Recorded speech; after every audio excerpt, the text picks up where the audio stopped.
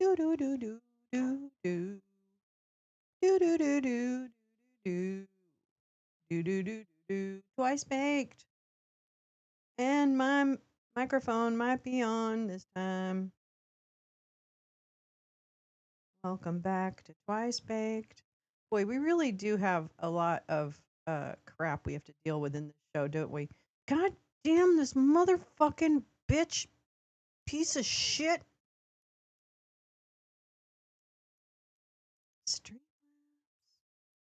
Streamlabs. I fucking hate you. Yes, I do. Hi, Kim. I'm so sick of these dumb people. This is not my chat box, okay? I don't know what the fucking problem is with this. That is you. Oh. This is so wrong. I wish I had $1 million. No, I wish I had a fucking clue as to how to get the settings that I set to stay. I literally set them before this fucking show. Anyway, hi Badger. God, it's just one of those days, you guys. I'm so sorry.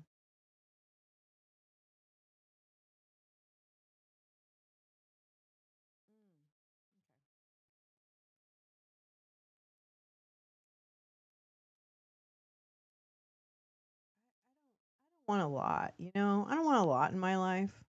It's user error. That's true. It's not a computer error, it's a user error. Hi Gal, how are you? Fucking desktop. Anyway, we're waiting for the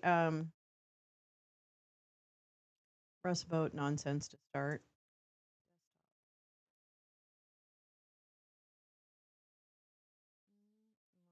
God, Becky.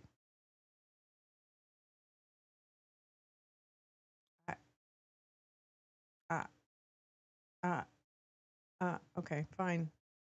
Nothing works. He just tweeted lies earlier. Great. Throw a shoe into the screen. I might. Hi, Oren. How are you? I might. I might just do that. This is not right. God damn this motherfucking. I'm so. I can't even tell you how much I've done with this.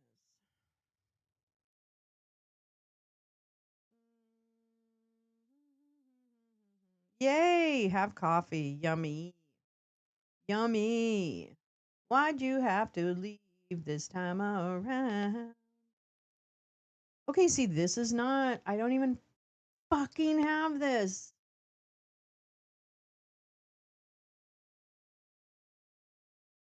I hate everyone in this fucking world. There. Is that gonna work now?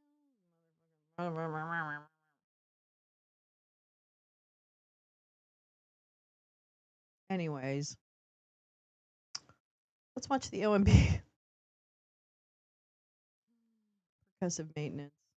Yeah, smash a lemon on it. I might. Don't tempt me. No. We're gonna want to smash a lemon on it after we listen to this douche whistle. Let me tell yous. Oh my god. Look at that. Look at that smug asshole. The other person I have to read about on this session, if we get to it, which I know we will, we'll get to it, is I keep meaning to have done this article. I still want to read this article about Michael Anton. Hi, Kim. Hi, Badger. Hi, Teresa. Hi, Gal. Hi, Lisa. Hi, Oren. And I think I got everybody. Badger, Badger, Badger. I'm sorry to hear that Teresa's. I'm sorry to hear that, Teresa. That's unreasonable. Wait. Scream into the void. It is time to scream into the void. Wait, what happened? Did I miss something? Oh, you know what? I'm in top chat. God fucking damn it. I'm like, am I missing something? Anyway. It's so great to see everybody here today. Come on, on, PBS. Do your shit. Let's see. I wonder if there's another OMB thing. And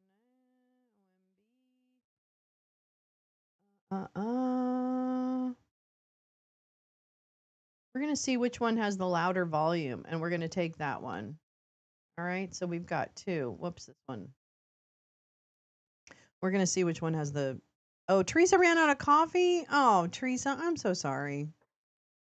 That actually. Oh, of course, Teresa. My heart is with you.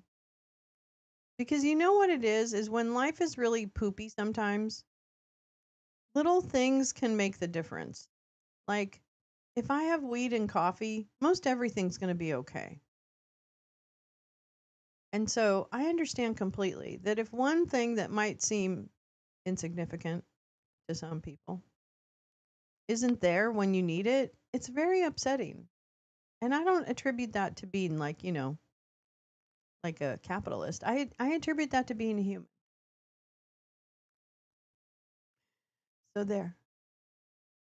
But I do want to read after we hear from this boo boo face. Hi, JFK. How are you? Oh my gosh. Thanks for coming. It's good to see you. I hope you're having a good afternoon too. All is well. I've had a bit of a whiny morning, but I'll get over myself eventually.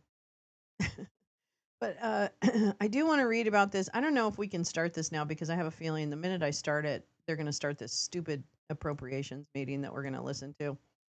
But this is something that Gal shared with me, I believe, and that also Tina, who is one of our great Gal Squad founding members, is really a good expert on Michael Anton and some of these fuckwads. But this is from the Free Press, The Quiet Rise of Michael Anton. He's also at the State Department, I think. Is that where he is now, Gal? Is that where he is?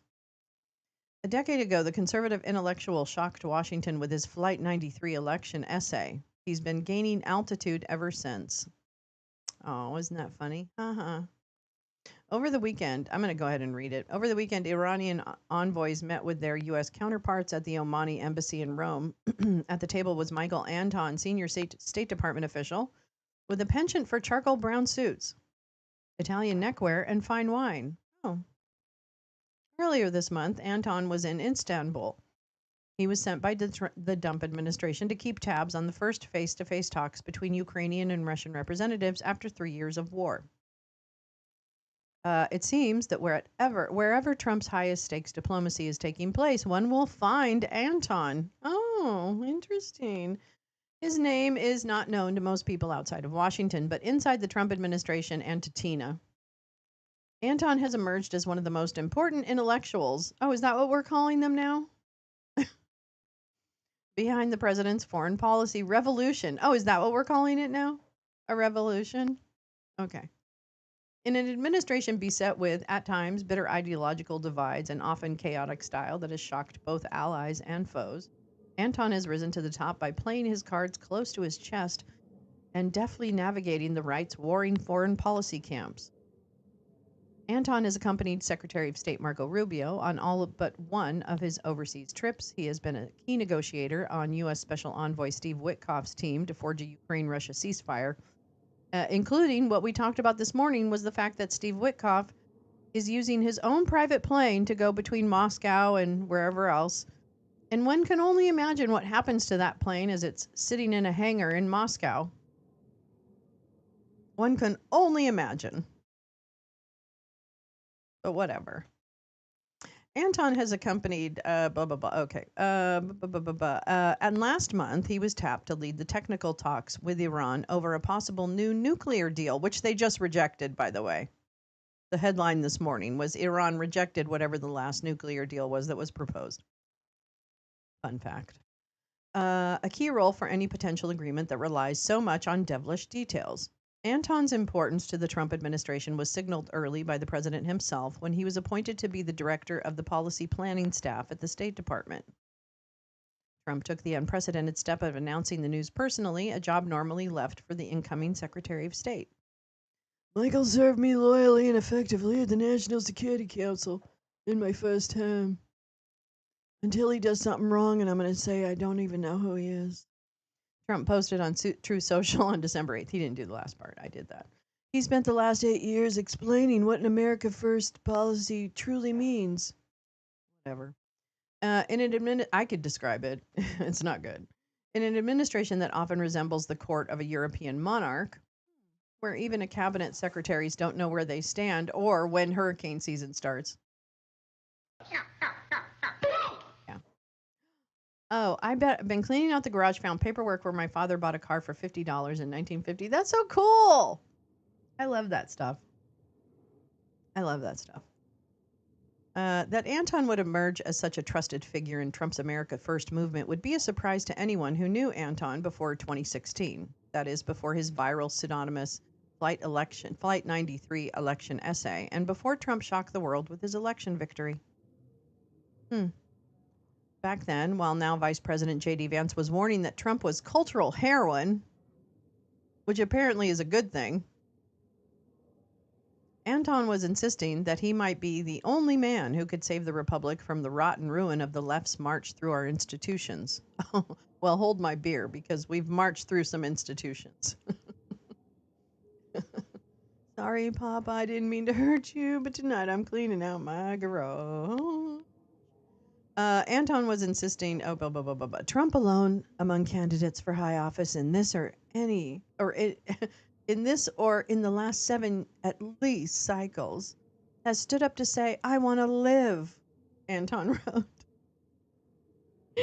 I want my party to live. I want my country to live. I want my people to live. I want to end the insanity. Oh, thank you, Gal. A thread on Anton. Hell yes. Thank you. With a mix of provocative broadsides in the media and unglamorous behind-the-scenes work in government, Anton has charted an improbable path from the heart of the neoconservative establishment to the core of the new MAGA foreign policy establishment. Over a decade, in which American right has been defined by bad-tempered, friendship-ending fights, Anton, a Machiavelli scholar, like what? Is his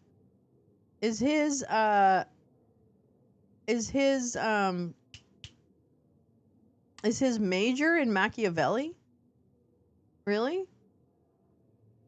Hasn't just survived the America First Revolution, he has helped to shape it. Oh, you have archive links. Okay, great. Max, Gal's thread has archive bypass links for some of these stories about Anton. Thank you, Gal. As Anton's star has risen in Washington, D.C., I spoke with a dozen of his friends, ex-friends, and colleagues, and with D.C. insiders to understand how a man who once wrote speeches for former President George Bush and former Secretary of State Condoleezza Rice and contributed pieces to the now defunct neoconservative Weekly Standard came to be the nation's chief explainer of Trump's foreign policy. Subcommittee on Financial Services and General Government Jesus, will come to order. Christ. This hearing is titled a budget hearing of the Office of Management and Budget. Members will have 5 legislative days within which to revise and extend their remarks and insert extraneous material into the record.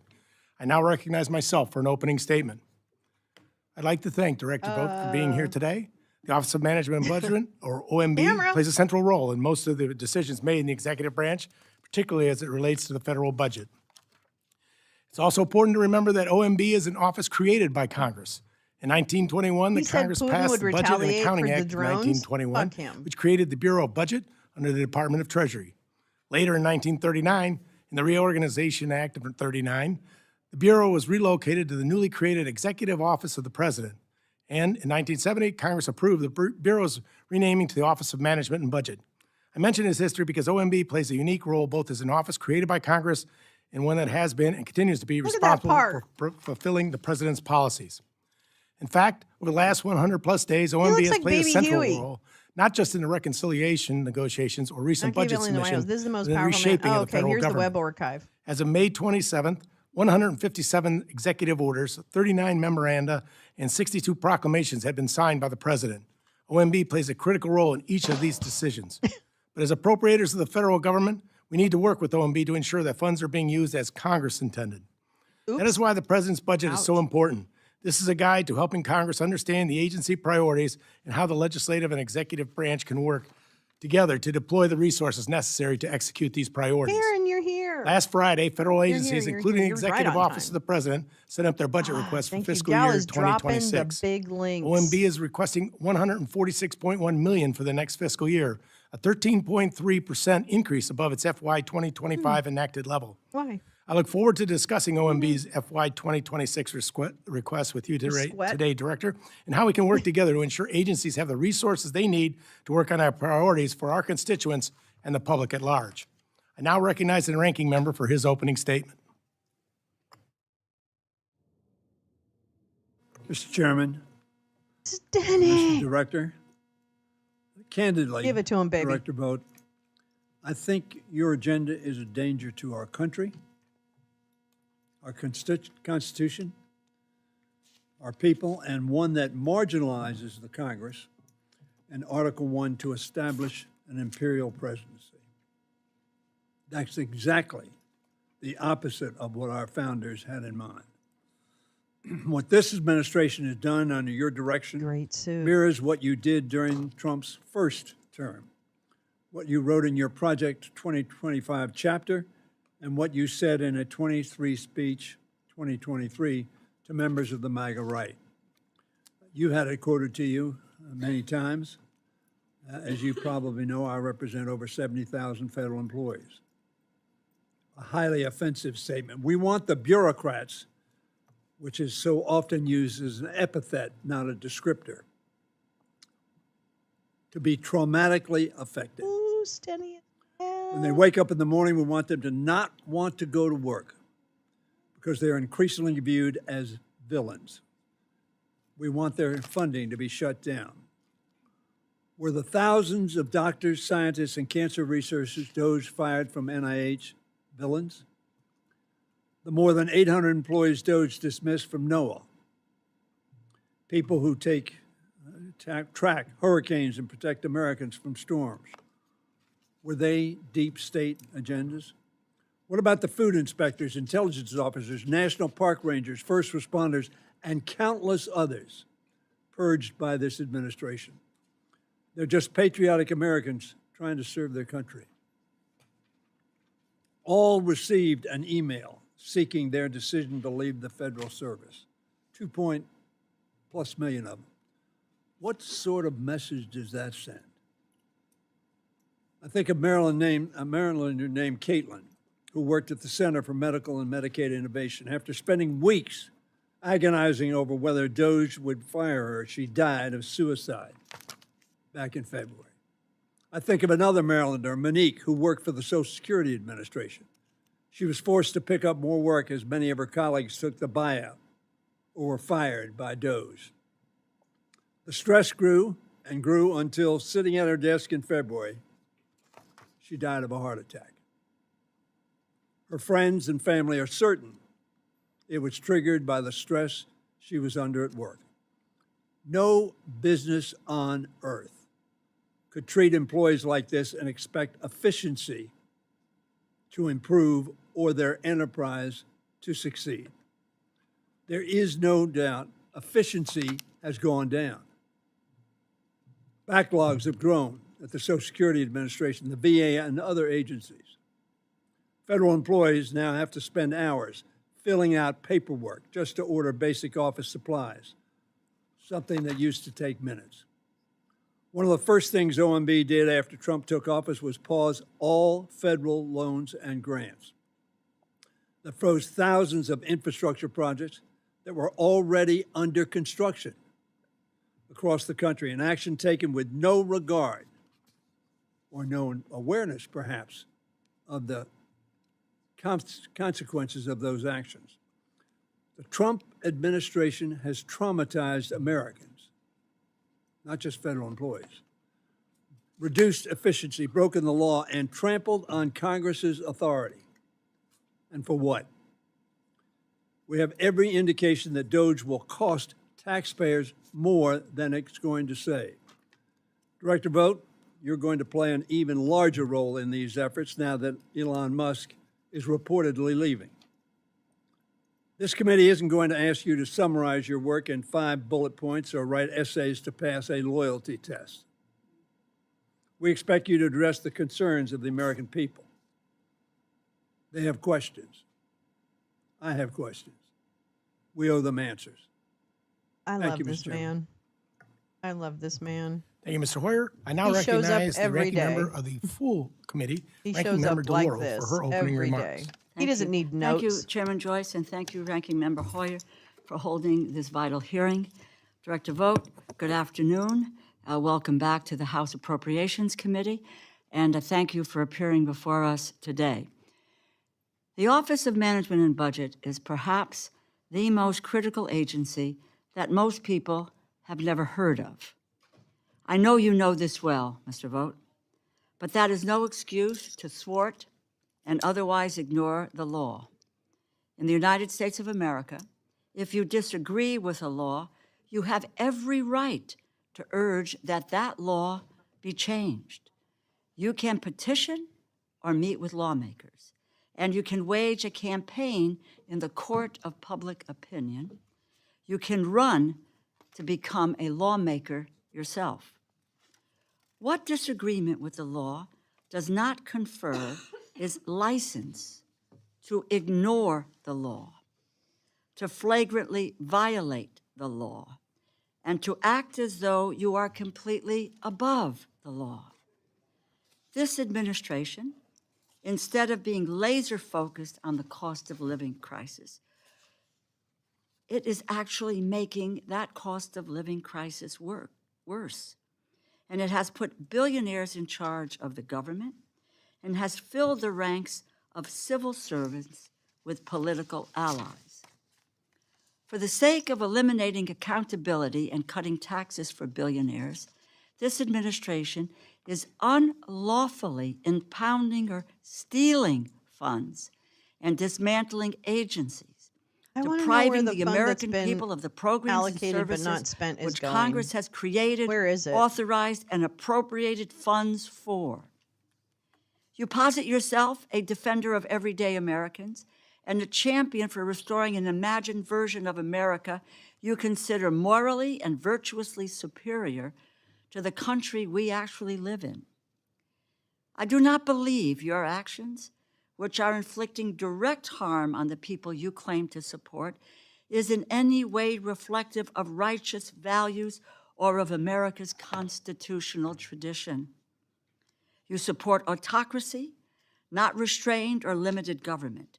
You have shown nothing but utter disregard and disrespect for this committee, for Congress as a whole, and for the laws that we have enacted. When the president named you to retake this position, he said that you would, quote, return self-governance to the people, end quote. That makes me feel better. Yet, you have demonstrated contempt for American taxpayers by gleefully ignoring lawful requirements to provide them and their elected representatives in Congress the most basic information as to how their tax dollars are being spent. During your current tenure, the How many president has yet grants to have been submit a full canceled? budget. I need some stats. When it I finally need some arrives, you will fucking have led the data. most delayed presidential transition for any OMB in history. Despite your shortcomings at OMB, you fashioned yourself the acting head of the Consumer Financial Protection Bureau. You have been very busy there, but so far your biggest achievement has been increasing at least 45 million Americans' credit card bills by hundreds of dollars annually by reinstating predatory fees. You have ignored requests from this Congress for information. You stood up the Republican leadership of this committee, several of whom are here today. And you have mocked the Government Accountability Office for affirming what everyone in this room understands to be true. You are unlawfully impounding or stealing congressionally appropriated funds. Director Vogt, the Constitution confers the power of the purse, the power to make appropriations in law, to the Congress. It is right there. It's Article 1, Section 9, Clause 7. The Hell courts have yes, she repeatedly does. ruled that there is no Lolo inherent from authority for the Connecticut? the Fuck president to yeah. impound funds. The She late is- Justice Antonin Scalia Perfection. Not a liberal torchbearer proudly proclaimed, as much in reference to the Supreme Court's decision in Train versus City of New York. Justice Kavanaugh, then for the D.C. Circuit, wrote, and I quote, "Even the president does not have unilateral authority to refuse to spend." And Chief Justice Roberts, during his time at the White House counsel's office, stated, and I quote, "No area seems more clearly the province of Congress than the power of the purse." Let me just go back to our founding fathers on the Congress's power of the purse, to Alexander Hamilton. And she's fucking And I quote, on it. "Where the with purse the is details. lodged in one branch and the sword in another, there can be no danger." You are not just on thin legal footing, Director Vought. You are living in a legal and historical fiction. You envision a king unbound by laws who rules by decree, who accepts lavish gifts from foreign governments, who fills public offices with ultra-wealthy and political allies, and who expels opposition and crushes dissent. This view of presidential authority could not be more un-American and more dangerous to our constitutional order. You contend that there are over 200 years of historical practice to support your position. This is a lie and fiction. I have reviewed your pseudo-history, and nearly every instance you claim supports your Yes, position of I a president know. king, With those unbound by glasses, the it's American fucking system of checks awesome. and balances, is either irrelevant or an exercise of discretion explicitly granted by the Congress in law. Presidential impoundment power is a myth. You do not just have to 100%, take my Karen. word for Well it. The said. Constitution, the courts, Government Accountability Office, and the American history would tell us you are breaking the law. Through the OMB funding freeze, which touched communities nationwide, you have attempted to seize control of the government and impound funds far beyond what is permitted by law. And in venues across the country, the courts have broadly, unequivocally told you, quote, "No, you do not have the authority. You cannot unfreeze unilaterally funding across the government that has been appropriated by the Congress." The courts are making clear that you grossly overstepped your authority. You have had your day in court, and the courts have rebuked you. They have said no, no, and no.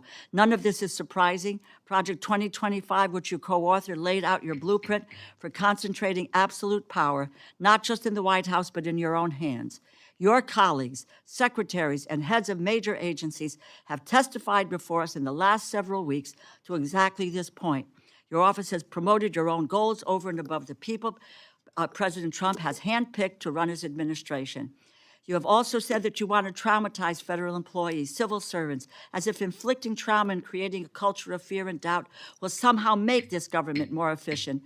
Mr. Vought, be honest. This is never about government efficiency. In fact, an efficient government, a government that capably serves the American people and proves good government is achievable, is what you fear the most. You want a government so broken, so dysfunctional, so starved of resources, so full of incompetent political lackeys and bereft of experts and professionals that its departments and agencies cannot feasibly achieve the goals and the missions to which they are lawfully directed.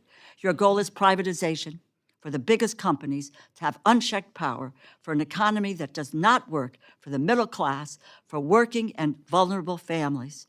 You want the American people to have no one to turn to but to the billionaires and the corporation this administration has put in charge. Waste, fraud, and abuse are not the targets of this administration. They are your primary objectives.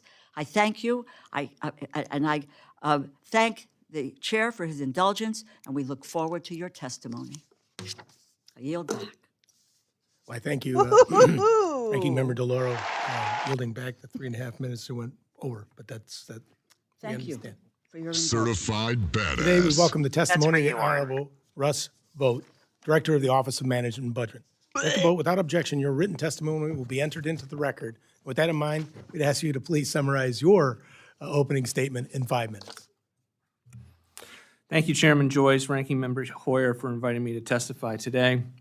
Over the past 4 months, the Office of Management and Budget, or OMB, has worked tirelessly to deliver on President Trump's promise of a federal government that works for the American people, not bureaucrats and the entrenched establishment. Under the previous administration, government spending aggressively turned against our citizens, who saw their tax dollars used to fund cultural Marxism, the Green New Scam, foreign projects unaligned with American interests, and even our own invasion. every agency became a tool of the left. Under President Trump, those days are over. The president's fiscal year 26 tool of the budget in left? tandem with the One Wow, we Big did a lot of Beautiful great Bill stuff. and other tools did a this lot of great administration stuff. has at its disposal will finally end the era of unchecked federal spending, stop the weaponization of government, and turbocharge economic growth. Yeah. The fiscal year 26 budget puts American citizens first wait, and we need shifts the this. destructive paradigm that ruled hold Washington on. for decades. Yes, That we we got could you. only I fund got your national hair right here, security and Howard. border security if we massively funded Howard woke can't and even weaponized embrace his bureaucracy baldness coveted and be by the sexy left. about it.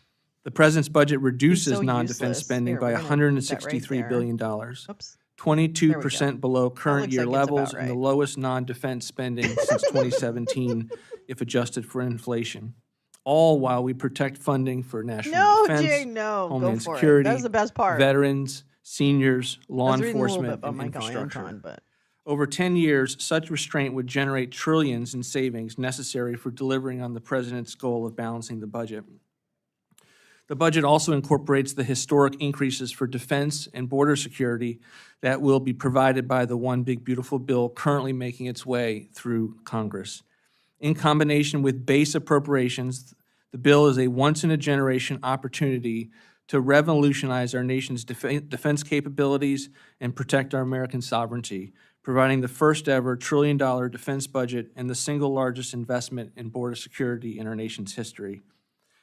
The bill also improves our fiscal trajectory by reducing mandatory spending, as confirmed today by CBO, by roughly $1.7 is my trillion, favorite part of my the largest show. mandatory spending reduction in history, fuck all the good ending waste, fraud, and information. abuse, and preserving Come for critical the programs. come for the Along with the extension of paper President dolls. Trump's 2017 tax cuts and the new tax policies provided for additional relief to working and middle-class families and our seniors, the bill will drive massive economic growth and raise GDP, increasing wealth across the board. OMB's fiscal year 26 budget request as an agency is critical to supporting this comprehensive fiscal strategy. The full request is $155.776 for OMB.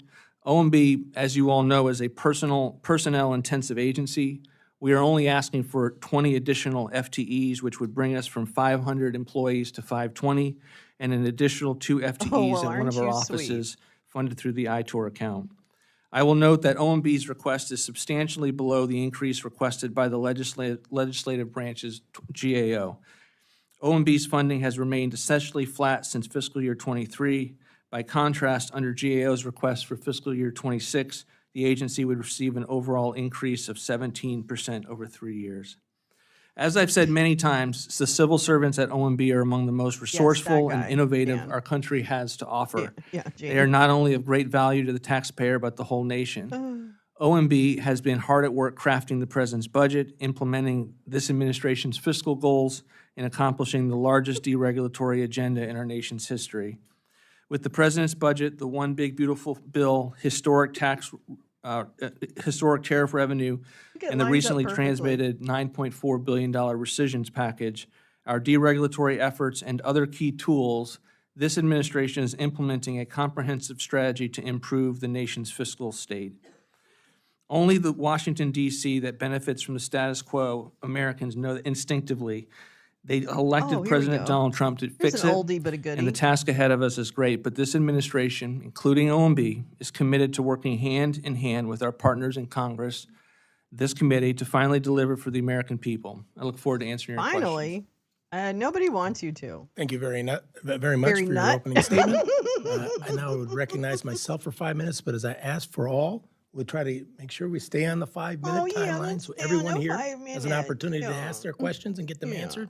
And possibility exists then to get to round 2.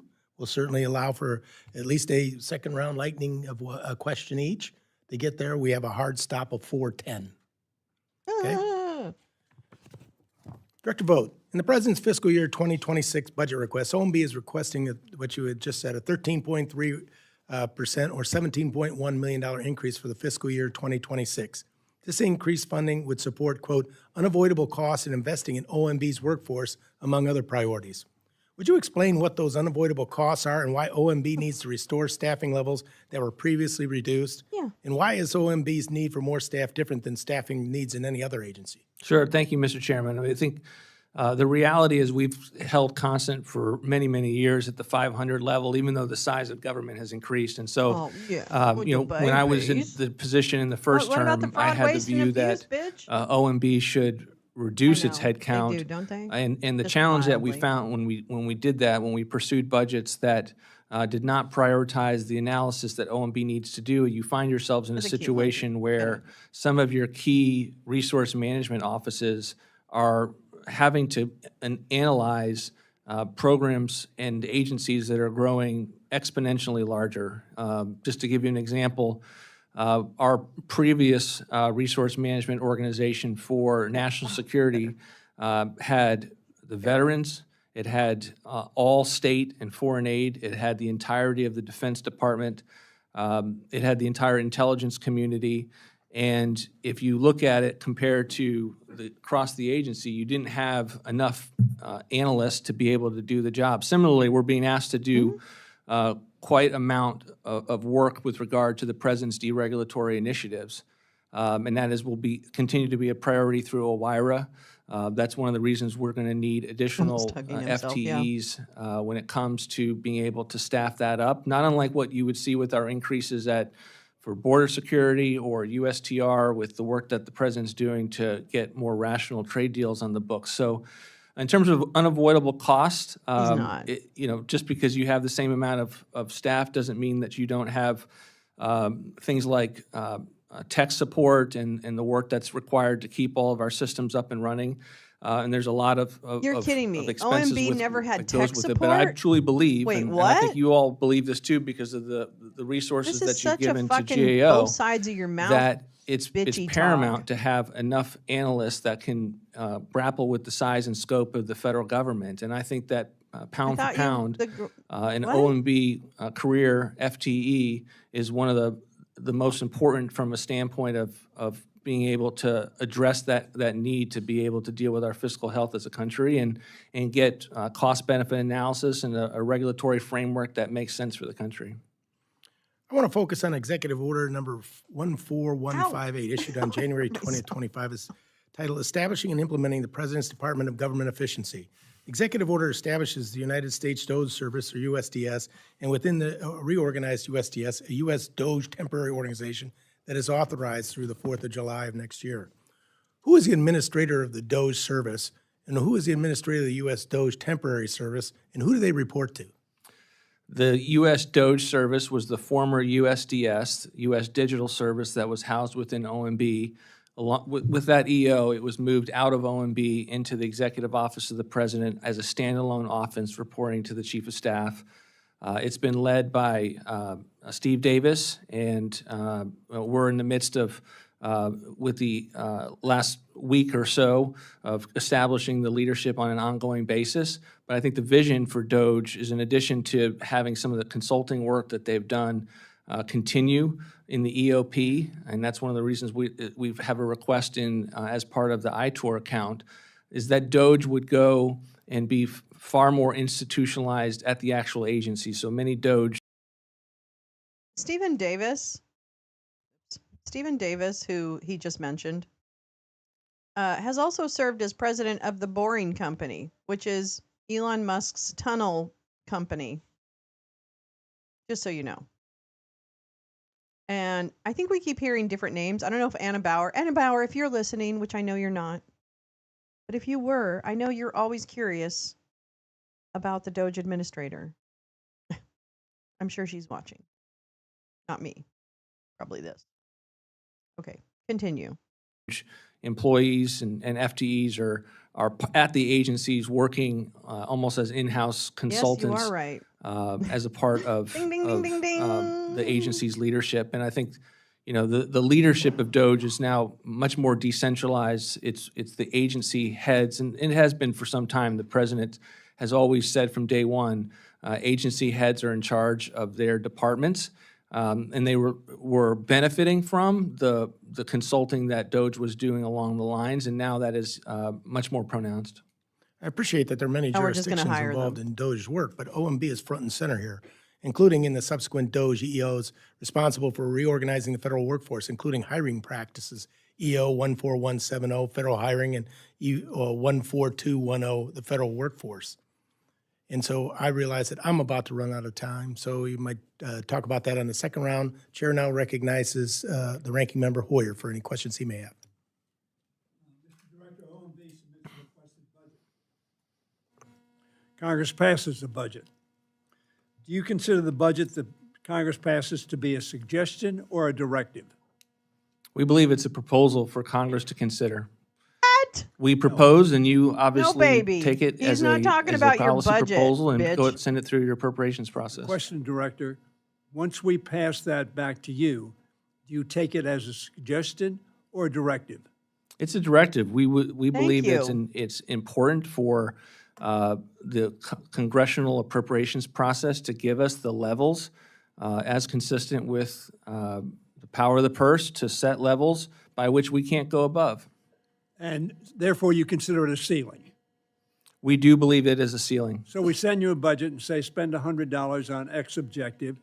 You can spend anywhere between $1 and $99 or $100. Is that Oh, accurate Jane. from your perspective? No, I Gal don't think it's Squad accurate from my knows perspective. I think that it's much more Russ. similar to if you've asked us Russ to has a perform big a function story. and you've given us $100 million, and if we I can think you should perform it search for Gal $80 million, Suburban and Russ there Vote, is given the system as to whether and you will come up with some really great we are stuff. required constitutionally, we don't believe that we are, to push every last dollar out the door and lead He's a to real use it or poo-poo lose it head, situations like a where serious poo-poo head. we are creating waste, fraud, and abuse at the agencies at the And the end of the Congress fiscal made year. provision for that. It's called a rescission. Is that accurate? There is one Yeah. tool that Congress, as one of many tools that Congress has given as to deal with that scenario. The other tool is the unilateral judgment of the President of the United States and/or yourself not to spend. He's also one of those. No, I was actually referring under the think he's ICA like a to Christian normal nationalist, too. rescissions, deferrals, pocket rescissions. There's all manner of provisions in the ICA, in addition to just the agency doing the work that it does programmatically to review whether the spending that Congress has appropriated to an agency within the consistent with the law, authorizing committees is there and can be done consistent with the president's views as he was elected on behalf of the American people. Bing, bing, bing. All of that was fine. Da da da da da da da da da. But then he said, if consistent with the president's policies. Yeah. Thank you. Do you believe Oh, you've traumatized he's the more people at competent than OMB? others. No, I don't. He's also more dangerous. So, notwithstanding that, did they also get the letter sent to 2+ million he's more of a people? decision did. person. Was a judgment made as to how He many is of the Project people at OMB were 2025. absolutely necessary to do the job you now want to expand?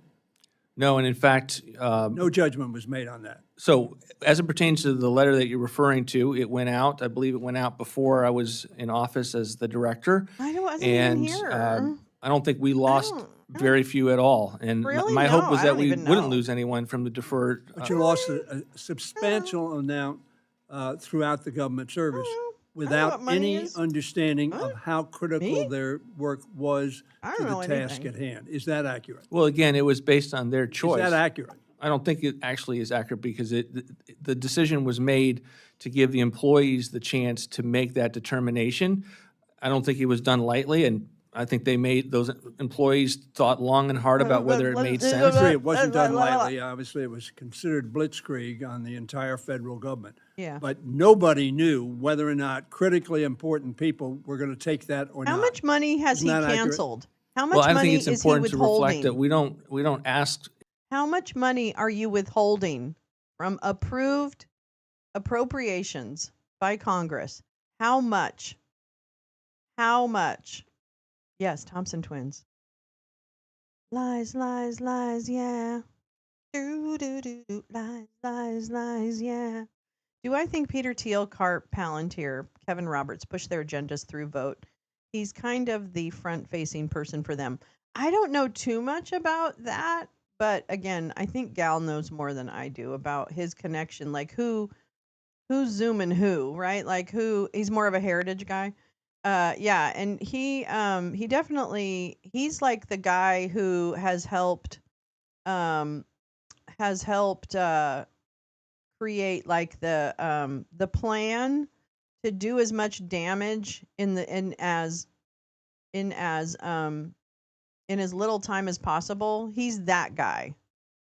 So he was in the OMB at the last dump administration. He came in at the end, and he was the one with Schedule F that wanted to fire everybody. Oh, thank you, Gal. He created Groundswell with Ginny Thomas. I always forget about his Ginny Thomas butt fuckery. I always forget that. Hey, Neil, how are you? Yeah, so he's really quite a very important, I feel like he's a very relevant and important character in the demise of democracy, personally. Employees to be in these positions and locked into these positions. There is no reason that they would have had to take that opportunity. That's what I and, thought. He's a Christian it's something that nationalist. was Yeah, not he's in any definitely an way extremist. compelled upon them. Of course, it wasn't compelled, but nor did you have, or Mr. Musk have, or his people, any knowledge of who would take it and who didn't, and therefore it was He simply agrees with across the Curtis board, Yarvin which on the could have rage. cost- Let's put it let's that say way. everybody said yes. Now, probably everybody wouldn't have said yes, but that would have been Aaron, I a don't know. That would cataclysmic be fun. event Trying to for see. the United States. Do you believe this is the way people should be treated? I think all employees, Yes, he political and does. career, should be treated with respect and Oh, dignity, okay. and to have that reflected through all of our employment well, processes. he's down People to just say, clown well, with the AI. People Oh, who he's just down laughed for that. obviously Hell don't yeah. share that view. They're all Hell people yeah. who He's were not removed like involuntarily, a one way Garvanite or another. or anything. They but were he's- traumatized. he's cool so with you it. accomplished your objective, which I think personally is not an objective that either any personnel manager should be very proud of. How many people on the administrative leave are being paid not to work? Congressman, I just would push back on your characterization. It's never I been think he my probably, my when it desire gets to the traumatize singularity point, he might individuals argue with that. or Yeah. workers Why did you at say federal that? agencies. Why did you say that? Because you didn't actually listen to the entirety of in the context of what I said. I was referring specifically to bureaucracies that are weaponized against the American people. So do I believe that at the NIH or the OMB or VA, that across the federal government, NOAA, that there My time is aren't brief career and the chairman's individuals that are doing incredible work and are great public servants? But the notion that we don't have weaponized bureaucracies, and we Are saw you this in the fucking last administration, weaponized? Fuck you. that are aimed at parts of our own citizens. let me The stop chair you. now Where's the recognizes balls? Mr. Womack for any questions he may have. Thank you. Where's my My friend where's my yield to balls? 30 seconds. I There think they the gentleman, we'll have another round. You can pick up on that line of questioning then, because we all have questions to Thank you. ask. And Do I'm going we? to start with this one. Here, how about this? Director Vogt, good to see you again. about this one? We worked Start with this one. on many occasions together. Did we? This is an appropriations hearing, and appropriations is driven by what we call top-line numbers, 302As and Okay. then 302Bs Okay. that flow down to the various subcommittees. Okay. But it begins with a budget. Where's the budget? Oop. Well, it's great to see you again. We believe you have the budget. We have a skinny budget. You have the skinny budget, the discretionary budget in full, allows you to get the appropriations process moving forward. Our What's that song? approach Is with that an regard to the AC/DC rest song? of what you would see in a full year comprehensive budget is that we've been Is some focused big on balls? reconciliation. And so every aspect of what Yeah. we've been trying to do has been to further that bill, to get it to the president's That's what this- desk, and then we I'm will just come along invoking the power afterwards of with any supplementary information proposals, ACDC. deficit pictures. He But doesn't like we thought it Jesus. He would, wants at the nothing end of to the do with day, Jesus. They just use the bells and confuse the the whistles. Congress and confuse the American Appropriate people the to pomp. have Although he two might sets dig of the proposals, two sets of self-flagellation. numbers, and that's one of the reasons that we are focusing on reconciliation. Understand the job that you've had to Oopsie. do, and we wanted to get you material as Oh, soon your as we whole hair possibly salon, could. Kim. Hi. Hi, hair Worked with salon Chairman people. Cole as early and often Welcome as to I the could. lounge. We not love you. actually, I hope you're having and fun not getting come your and, hair and talk with done. the Cardinals at every opportunity. We very much want to work with this committee. I'm sorry So about I think we all balls. have a shared goal of putting the fiscal house of this nation in order. I certainly do, and I've been working toward that, albeit unsuccessfully I don't since always talk I about chaired balls. the Joint Select Sometimes I Committee talk on about poop. Budget Process Reform, and we can come back to that if I have time. But the total outlays of the federal government in general, for those that are watching this hearing, that are going to read excerpts from this hearing, what are the total outlays of Is this he nation? Opus Dei? I guess $7 he could be. I don't trillion really around. know. Around 7 trillion, and we're going to I receive can't wait till they all income in various get forms, together and figure out that to the amount of they're about working what? at cross 5 trillion? purposes About for the 5 end trillion. game. A little less right? than 7, I a can't little wait for less than that 5, moment. maybe thereabouts. Yeah, when you put we your look at the chocolate in my 25 peanut numbers. butter. But the last No, set you of got numbers your we peanut have butter in is, my I think, chocolate. in 2024. Of that $7 That's my trillion in analogy for outlays, this. how much of that is actually under the purview of this committee? About a third. About I a think third. Teal we're is one of looking at those about convenient 30 to 33, Catholics. 34, 35% He slice sees of the that draw federal. But to the keep rest of people it on the is what we hook, call but mandatory I'm not really spending. sure he Is that believes right? in anything Correct. but And himself. how is mandatory spending That'd broken be my down? guess. Mandatory spending is broken down on all of the programs that are set in law. And so, they are not, with very few exceptions that go through your committee, like food stamps or Medicaid, that are considered appropriated entitlements. The authorizers set the law, and the people who are benefiting from those laws can come to the Yes. federal agencies and receive their benefits. So only Congress can really change that through its lawmaking process. Correct. Is that correct? And of that, I didn't even really think about roughly that. That's an interesting $5 proposal, trillion Warren, of studying the mandatory troubles in spending, Ireland. thereabouts. How much of that is the net interest on the debt?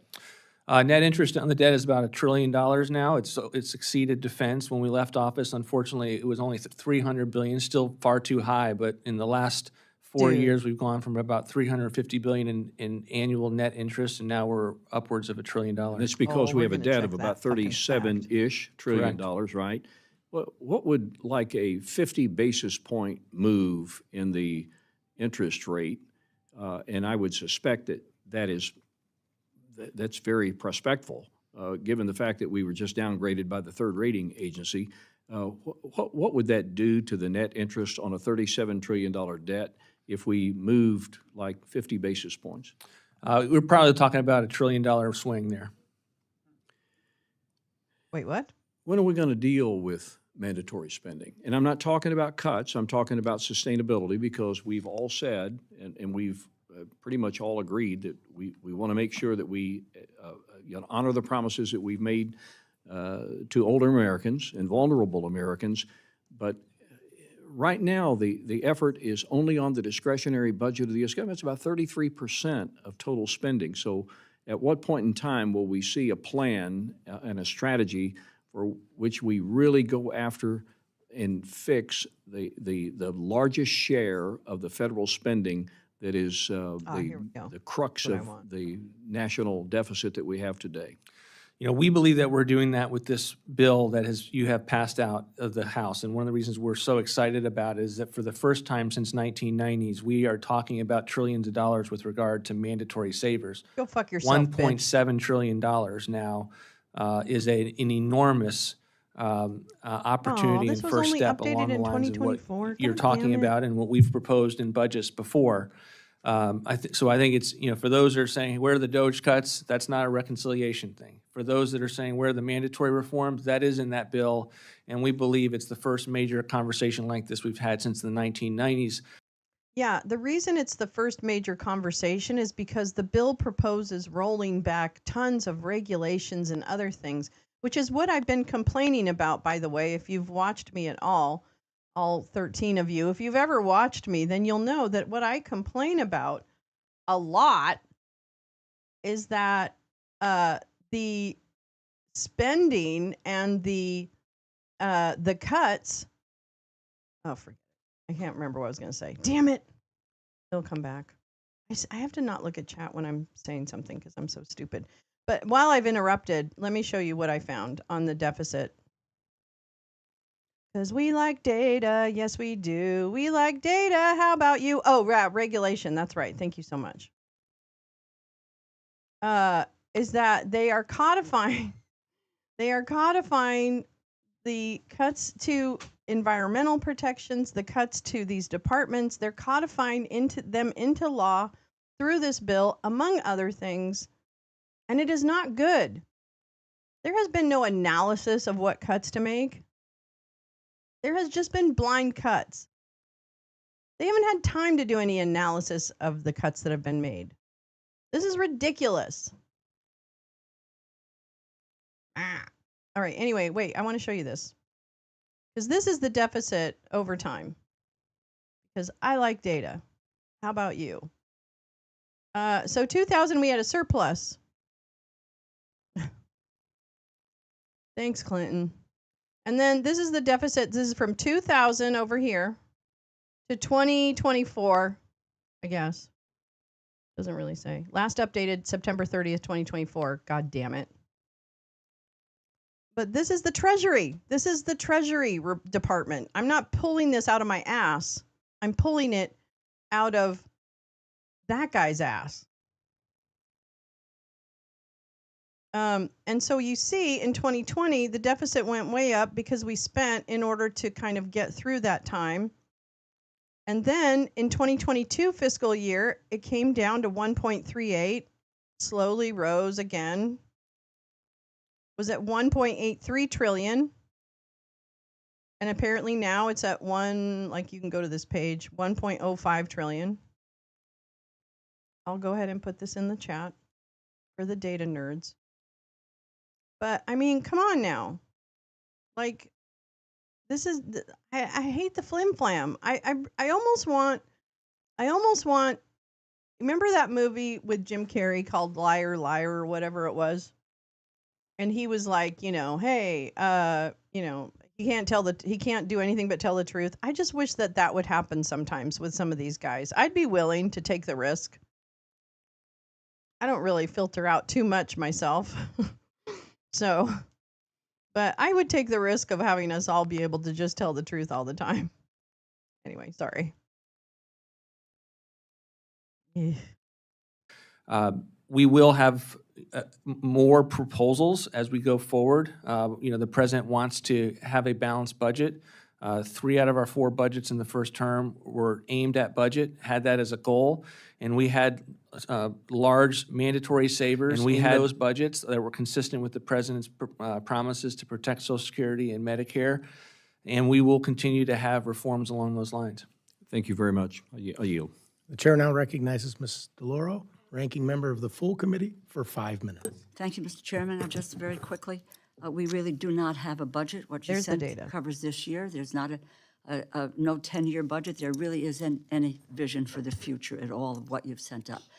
Director Vought, after an appropriation is enacted, the first thing that happens is before an agency can deliver the promises to the American people is OMB has to make funding available through a legally binding decision known as an apportionment. In essence, you are the first and sometimes biggest bureaucratic hurdle that stands between American taxpayers and the services, support, and protections they have promised in spending laws.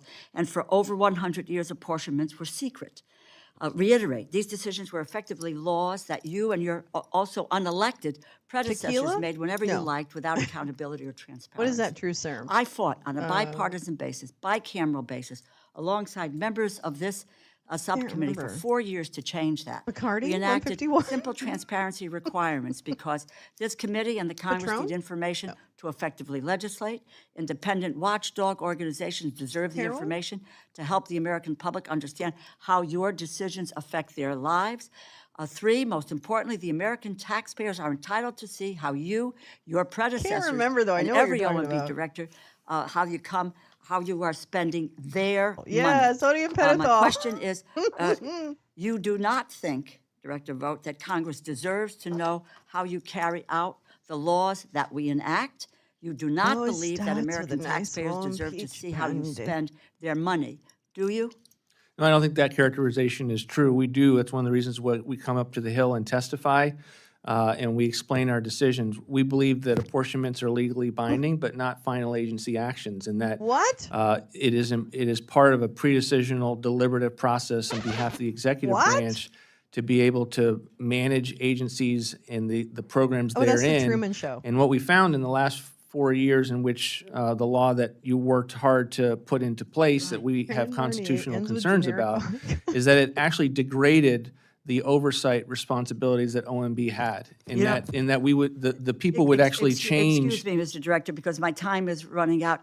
You know, in all fairness, I had this debate and discussion. I'm not just having it with you. I had a debate and discussion on this with your predecessor and others with the same argument and so forth. The American people, the Congress who legislate and enacts the laws, has to have the ability to understand what you're spending, how you're doing it, at what intervals, and so forth. And also, let me just say, this requirement, as I say, was debated for 4 years, including with you specifically during your prior tenure as OMB director. Your predecessor did comply with the law for over 2 years, and you followed this law for 2 months. What happened?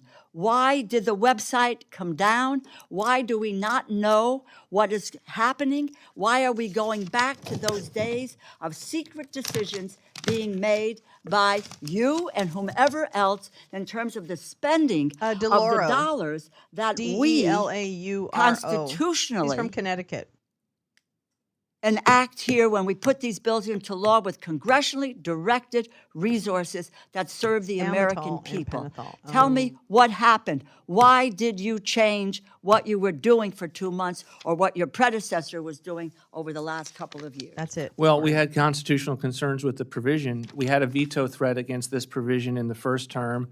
If it was presented while the president was still in office, I expect you would have had a signing statement that said, not unlike our letter to the committee, not unlike the DOJ's letter to the committee, we have constitutional concerns with it. And it's something that degraded our ability to manage taxpayer resources and do the very We passed a responsible. law, and with all due respect. Give me a fucking break. I think the level of your honesty on your claims really shines through on this topic, and there probably isn't much more point in discussing it, but that goes at the very fact you make up constitutional issues, where the Constitution places that power of the purse within this body and within an appropriations committee. Historically, it is there, but you make a decision as to what you want to do, what you think is Constitution or not Constitution without any basis in fact, thereby pulling down that website that allows us to see what you are doing. We have no way of knowing if you are carrying out what we have This is the question I wanted. lawfully required the executive branch to do. That is our responsibility, and your responsibility is to Cut the fucking checks. carry out what it is that we have appropriated here. You Cut the just checks, can't pick bitch. and choose whatever the hell you want and going forward, if it says. And I yield back the balance of my time. Chair now recognizes Mrs. Hinson for her 5 minutes of question. Thank you, Mr. Chairman, and to our ranking member for holding this hearing today. Director Vogt, thank you so much for coming to answer our questions. It says a lot that you're here bitch is a talking about horrible the person. efficiencies that you're finding and the improvements you're making at OMB. I think we should just not listen to her. I'm sorry. Let's go to the next Democrat. OMB isn't finding shit, Hinson. Go fuck yourself. Stupid fucking trad rad fucking wife cow. Actually, people be getting credit for doing deregulatory I'm not the nice activities that one. are I've never also claimed to be the dealing nice with improper one. payments. We Ever. want there to be an emphasis on programmatically being rewarded for if you're having poopy. the various budget offices and teams at the agencies being rewarded Tell me for who she this is kind again. of Yes, activity. And I Val. think That's a that's DeLauro the from benefit Connecticut. of doing it at OMB, and I think that's what DELAURO. will inevitably be the success from it. Yeah, you have a wealth of knowledge. You should use it to your advantage. Go ahead. Thank you. I want to suck your dick. Thank you. The chair now don't you recognizes just Mr. get down there, Pocan baby? for 5 minutes. Great. Thank you, Mr. Chairman, and thank you, I hate Director these Vogt, for people being so here. much. I think you said the president supports the big bill that was passed out of the House, correct? I think you also said the president does not support cutting Medicare. Correct. Okay, so in the bill, there's a $500 billion cut that gets triggered to Medicare. So I know a number of the people who voted for the bill are starting to read it now and finding there's parts Yeah. they don't like. You might want to take a look at that provision. whole As you article. know, Could you- as you that's know, okay, that's okay. I only have you don't want the 5 minutes. explanation? No, I we didn't don't. ask you the question, did I? Fuck off. I'm asking you a question, though, since we didn't have your remarks this morning. I think we got them this afternoon. You mentioned cultural Marxism. You did it in your comment. Yeah. Could you please, in 2 or 3 sentences, define cultural Marxism? Sure, it's a political theory that instead of It's a- dividing people on the basis of economic haves or have-nots, that you're dividing people on the basis of race and identity. And it's an attempt that Whoa, we've seen, what?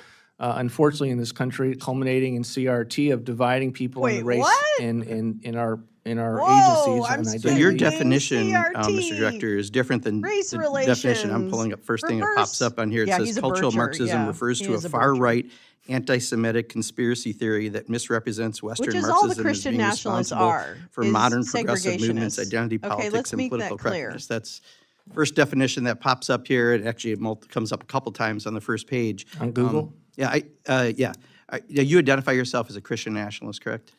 Look, I'm a Christian. I Fuck don't think yeah. my faith should be a subject for this. No, I just asked you a simple question. I Do you don't give a identify as a shit. Christian nationalist? sitting in this front is of a us. Christian. Good enough. My faith is about is one of an Shut up. evangelical Shut up, Christian shut up, faith. shut up, shut up, shut up, shut up. Not here to debate that. I That's saw right. You brought somewhere it up. That's right, Christian Bark. nationalist. I'm No, I asking asked you a you if you question, were a you Christian answered nationalist. it, You fuck said off. you weren't, correct? These are debates in the think tank world that we have Okay, about that's what all it right. means to Stop, be a please, Christian nation. Mr. It's not about what Mr. I've been, Director, that's not I've the been question asked. I asked. I've not Okay, been so asked to talk about that. you support the efforts of DOGE. You mentioned Steve Davis, and I know we talked about trying to bring the director of DOGE in here, and that would be very helpful. Problem is, I just read he's also leaving with Elon Musk. So who's in charge of DOGE? If the Wait, guy who what? is taking over after Elon Musk, who just left, Wait, he's what? leaving, it sounds like this is a bit of a circus. Who's in charge of DOGE? The cabinet agencies that are in charge of the DOGE consultants that work for them are fundamentally in control of DOGE. Oh, that's an answer. Only a mother could love. All right. okay, So okay. you support the efforts of DOGE, I understand. Is the federal government currently spending less this year than it did last year? No, it's not. Right. And part of that is because you've sent us a rescission package worth $9 billion that goes after Big Bird and Cookie Monster, but you've added $200 billion to defense and homeland security. You've also, the bill that you just said the White House supports is going to add, depending who you talk to, $2.4 trillion to $5 trillion to the national debt. Yeah. It's going to make somewhere between 11 and 16 million people Mark lose their Pocan's health good. care. I know you said on a Sunday morning show, no one will lose coverage as a result of this bill. Is that still your standing? Which one of those would you like Which me to take? one? The one I just asked. I'll ask it again. I'm sorry if I The wasn't bill does clear. not lead to less coverage for Medicaid beneficiaries. It has doesn't? improper Okay, payments. so- And it Improper leads to the payments fact that for people what? who are ineligible Hi, G, because they're how you illegal doing? aliens or because Illegal they are Improper payments for unwilling what? to Not get work. federal dollars for Medicaid, correct? Improper That's not payments for true. what? They get them in many different states, including California. Federal dollars? Federal Hi, dollars Sharon. using Oh my provider. gosh, good to State see can provide it. ya. Are there any federal dollars? Congressman, How many because federal of- dollars then, since Congressman, you are be- the expert, how many federal Congressman, dollars go because to of- funding illegal aliens getting Medicaid?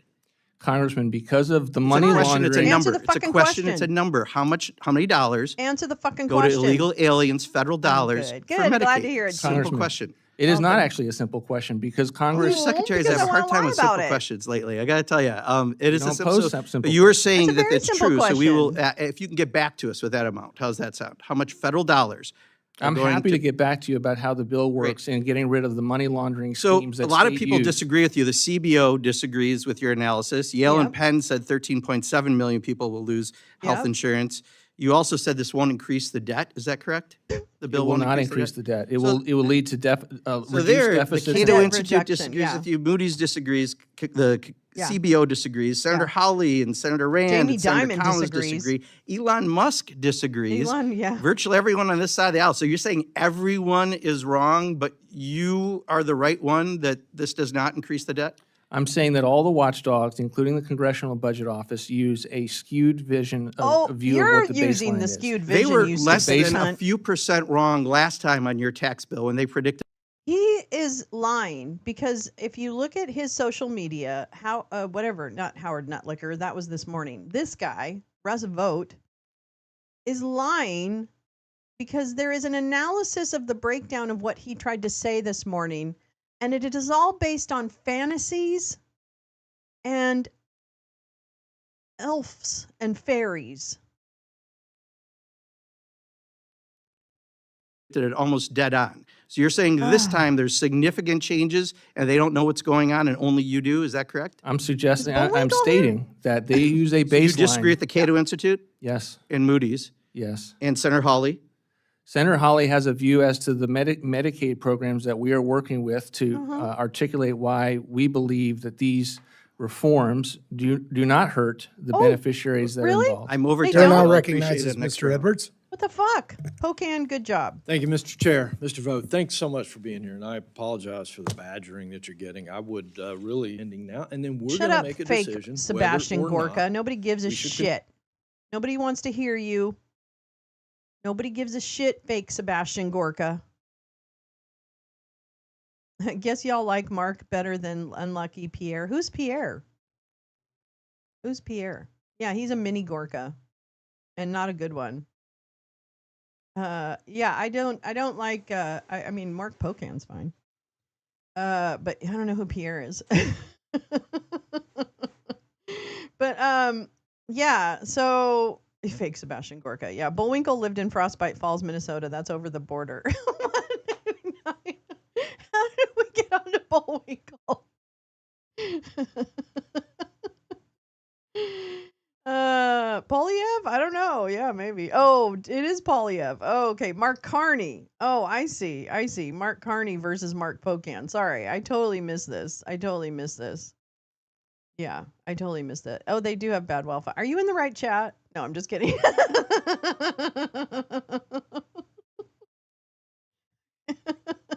I'm so confused. Okay. Okay. It's been a long morning, so anyway, here we go. To educating the public. Oh, we tried yeah, to do let's that this educate the afternoon very public. quickly about Oh, you want to see a how, rug on a guy's head? I got a rug they for you. construct their baselines. on, I got a leads rug to right here. A warped view on a Where is it? bipartisan There it basis is. for the policies that you all are considering as a major problem. And I, Wait, this you know, isn't Sexaholics both on the revenue Anonymous. side and on the tax side, Bring on the rug. there's often a lack There's that of one. willingness to look at what might Let's happen see. I think dynamically, that's the not just best on rug- revenues, but best even rug I have. the fact that someone that is Oh, we do not have eligible this. for Wait, a we gotta get rid of program the wig. Hold on. will be able to get We have the additional Apple head. care because they go to their private health insurance. I mean, The that Apple is the kind of analysis that CBO just does not do. And as a result, you get bad outcomes when you are having a public policy debate about it. Thank you. Just a quick follow-up. Do you believe that the CBO's estimate of President Trump's And then one there's big, there's beautiful also bill this. Wait, where's the accurately Apple head? represents the benefits that it will provide to the American We people? got to go and the down to some fiscal course oldies. correction I got that oldies it here. We will got provide get. our here, No, I hold think on. it's fundamentally wrong. I stated that today. It will lead to reduced deficits even have this. and debt of $1.4 trillion.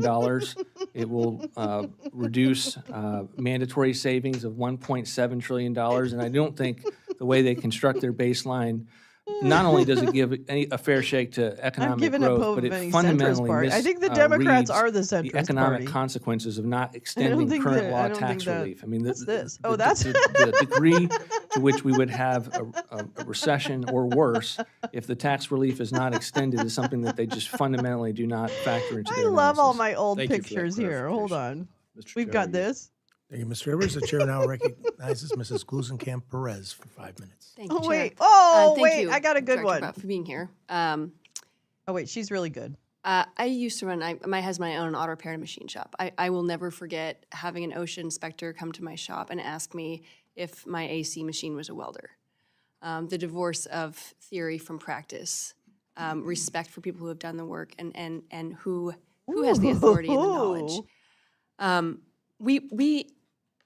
My question to you is like, how are you adapting your staffing decisions to ensure that it is not just a sterling resume who is in your office, but people who have done the work, respect for the trades?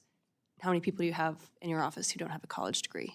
I don't know the answer to that question. I come from a family of electricians, so that is yeah, that is my I'm a background. poor working class I've hero. been Didn't you very get my enthusiastic resume? and excited about the policy proposals we had in the first term. Never mind Ginny that Thomas. I'm sure are working Never themselves mind through this one as Groundswell. well to ensure that we're Never not mind. expecting people to have college degrees and sterling resumes that might show itself. But if someone can do the job, we agree, want them at Sharon. OMB as it pertains to our agency. One kind of theoretical question I have here is that, I think Wendell Berry said that excellent workmanship, as with a breaking plow, is destructive. Efficiency itself, it's not useful. It is efficiency towards what? It's about effectiveness. It's about a question of, like, what are He's we really trying to do good. here? What is the purpose of this bill? My question to you is, like, all of this claims of pursuing efficiency, but the question is effectiveness. Like, that is the true goal of how are you implementing what Groundswell was my much. community I think that needs, was bigger. in these get some systems. links on that. And a lot of that, in my view, comes down to the question of procedural burden on civil servants. So if you're successful in your pursuits, we will soon have a much smaller field of civil servants. Who is going to reduce the procedural burden on those civil servants to pursue effectiveness? Well, I think, government efficiency is not meant to sum the totality of what you want from a federal government. I think it's meant to articulate an imbalance that we've seen in recent years and to correct for that imbalance. And so that's the partnership with whatever department or agency you're dealing with. Is they have been given responsibilities by Congress to go and perform functions on behalf of the American people. And the Department of Government Efficiency, to OMB to a large extent historically, is designed to make sure the work that they do is done in the best way possible. But I'm honestly, Congresswoman, I'm one of these people that encourages OMB not to ask the efficiency question first and foremost, but to ask both in serving the president or the laws that you all have given us, what is trying to In serving the president. That's all. be accomplished by this, and let's make sure we accomplish it, and then you've earned the right to figure out how to do it most efficiently. Yeah, my concern is that right now it's a process of randomly scapegoating civil servants and not a pursuit of, many of those people are exactly the people who could tell you what kind of bullshit paperwork they're putting up with. And so how to have not just a managerial class tell you what is appropriate, but actually the people who are doing the work should be part of that process of pointing out what the unproductive, proceduralism is. I agree with you. I want to know what career No, staff he thinks. doesn't, It's a actually. hallmark of No, he my doesn't. time at He's OMB. lying. He's And I lying. hate the paperwork that we often put on Bullshit. agencies to perform and do things that are not designed to actually You're lead to better outcomes. And so lying we have a to deregulatory everyone. side for the agencies doing the work as it comes to GIPRA and other things on the management side. So I know you're a Christian. You might know the verse in Isaiah chapter 5, verse 8 that says, "Woe to those who add farm to farm and house to house till they are the sole inhabitants of the land."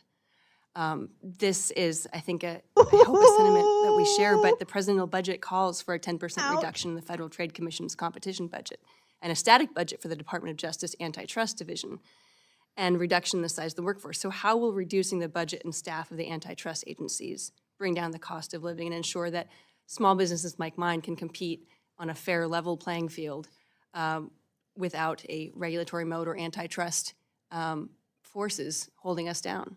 Look, we think it's a priority. We have given the Department of Justice and the FTC the resources that they've asked for, and we don't necessarily value everything by the dollar amount that is given, but we do think it's important, and it's something that our leadership there will continue to pursue. Thank you. Yield back. Thank you. Chair now recognizes Ms. Okay, I just found a gal thread on Ginny Thomas is the tip of the spear. Hey, oh, Teresa, I definitely will. Hold on. Let me just share this in the chat. And then I will follow you where you may go. Follow you. Ah, singing. All right, this is Groundswell background. Gal. That's one. I mean, I'm just picking the first one that comes up. So literally, I think Gal has volumes on Groundswell and Ginny Thomas and Russ Vought and all of these fuckers who have been setting out to reform the government, and now they're doing it. Ta-da! Mr. Alford for his 5 minutes of questions. Well, thank you, Chair Joyce and Ranking Member But I Hoyer think we're and gonna Mr. Lauro. go Thank you for ahead, being 'cause here. we were don't care forthcoming with nearly a month ago. about- You have the full budget as it pertains to the appropriations process, and you have all of the information that is needed to be able to write those Oh, bills, yeah. and particularly in the VA context where That's a you're good dealing one. with advanced appropriations. Right. You have that material, congressional budget And justifications, she is and the now appendix went up 5GW. last week and are continuing to flow. Where Hot there's takes. only some work that remains is on the defense side, and we are pushing Defense on it. DOD as fast as we can to get their remaining information up to the Hill. You've been, thank you for your support of the One Big Beautiful Bill. Of course, we too appreciate that. One big You've bullshit said that, bill. One talking to big critics, they've been bullshit relying on faulty CBO numbers for their criticism of the bill. Example, in 2017, the CBO was off with its No, I'm not. I'm not listening to the fucking, I hate the CBO. I hate the projections CBO of the because they fucking TCJA by love the $1 trillion. CBO when somebody else What has are a the bill. flaws? I don't care. I don't want to hear it. I don't want to fucking hear it. I don't fucking care. I hope he does, Orrin. I hope they all do. I hope there is a rapture. And I hope they take these guys, since they're such great Christians, I hope they rapture them the fuck out of here. I played in a few orchestras. Oh my gosh, most fun was something about the beach in French. All I remember is song Sur la plage. Oh, I don't remember that. Caterpillar song? What's a caterpillar song? What's a caterpillar song? Now I'm curious. Sharon, you're in a play? That's so fun. Oh my God, what are you playing? You're in a rehearsal, a musical of Alice in Wonderland. Oh my gosh, that's so much fun. Heard yesterday, every time GOP is in charge, we grow the deficit. Every time a Dem is in charge, we reduce it. Yeah, exactly. Exactly. Oh, from Alice in Wonderland, AEIOU. Oh, yes, I do remember that. I do remember that. During the tea party, I think he does that song, right? Oh, 5 sopranos who are ladybugs. That's cute. I was an oyster in our community production in the 70s. Thank you very much. Of Alice in Wonderland. I played an oyster. And that's it. That's all I have to say. I wasn't the best oyster. And I wasn't the worst oyster either. Are you lying, Mr. Vought? Are you lying, Mr. Vought? Are you lying? You were a card? You're such a card. What kind of card were you? I guess they're all face cards, right? Now I don't remember. I guess performing got you out of your shell, Lolo. Yes. I was on the half shell, really. Oh. Russell Vought is a liar. Mr. Vought is a liar. Mr. Vought is a liar. Let me show you what I just dropped in the old whatchamacallit. Because I'm so sorry. I mean, I will link this broadcast so you can go to this point and hear exactly what this moron is saying, but I just can't listen to it anymore. But what I can do is show you what I was dropping in things about things, and here's the thing. And this is Jenny, groundswell, bitch. That's right. Judge me by the enemies I have. Yes. Yes, girl. Okay, so this is one of them. Gal's probably like, this is not the one you should be showing, but that's fine. We'll make do. Ginny Thomas is the tip of the spear. Council for National Policy. Oh, we'll move it over here. Oh, I like this guy. Hold on. That all government employees Sorry. should be treated with respect because That is absolutely not what I saw on the ground level. I mean, I saw people crying when they were coming out of USAID. I think they'd been given 15-minute intervals to retrieve their belongings.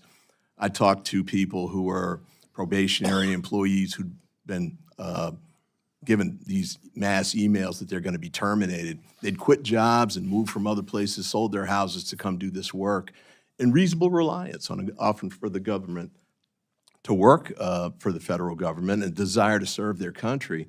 And they were unceremoniously pushed out the door. And when you said, I know you want to know what career staff thinks, that was a shocker to me too, because many of these people, when they were being forced out, were trying to call and find out what their status was, whether they were going to be able to come back to work or not, when they would be terminated, all of those things. And that still goes on. And they don't get the answers from you all. So, I appreciate your view of what's going on, but you got to know that it's entirely different from the standpoint of the people who are going through this. And I just want to focus on three quick areas Sharon. where there's a potential impact. I mean, one thing you said that was interesting to me, you're going to ask for additional 20 positions, if I heard you correct, Yes, sir. at OMB. It's a little ironic because you're slashing positions Max across is the government screaming. funding. Payroll is less than 5% of the But total we Fed had the spending. FBI director testify here a few weeks ago, and he came in and said he has 1,100 vacancies, I think it is, and he needs 1,300 additional. I think we can all agree that the importance of public safety, and someone just mentioned fraud, nobody ferrets it out better than the FBI. I'm pretty shy in real life. Yet, the day after he testified here, he testified in the Senate and said, I don't need those positions after all. And then just one quick point on the fraud piece. I saw an FBI agent who runs Speaking of fraud, the fraud division testify that between $500 and $700 million every year is stolen from the United States by our overseas adversaries, and that they needed additional resources to track that down. But apparently you guys aren't going to give that to them. With respect to national security and the science piece of this too, the trauma quote's been read to you, and I heard your comment, it's taken out of context, and I listened to that speech. I don't agree. I think it was consistent with what you were saying that day, but let's just assume for the moment that what you're saying there is really true. The bottom line is that the actions that you've taken since then reiterates the message that you're trying to traumatize these people and that you want to treat them like villains.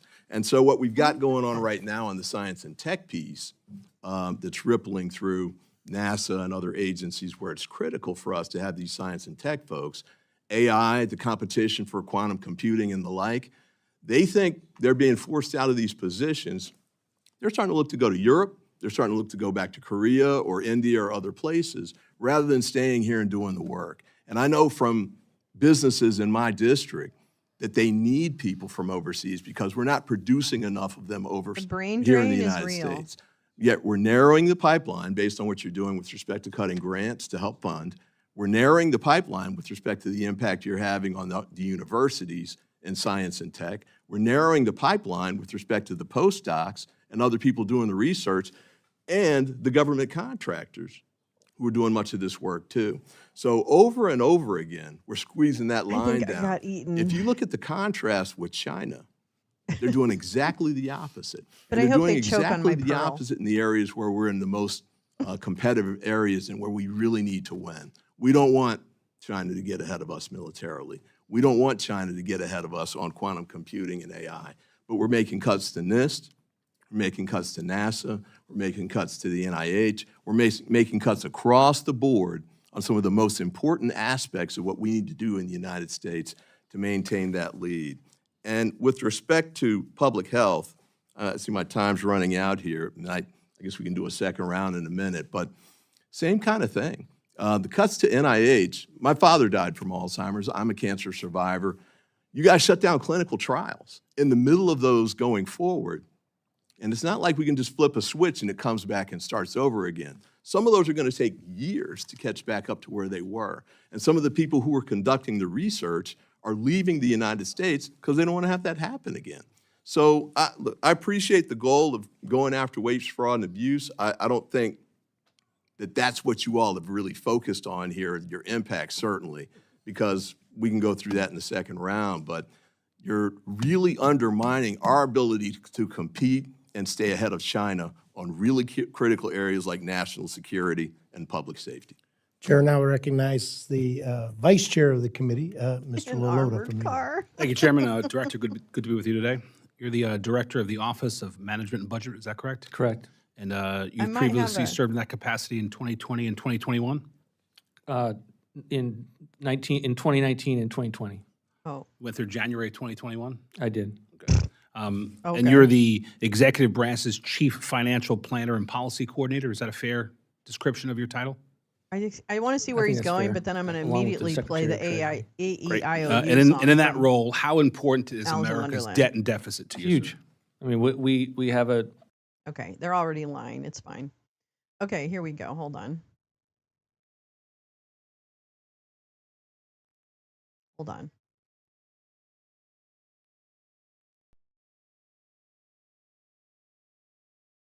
We won't play the whole thing, but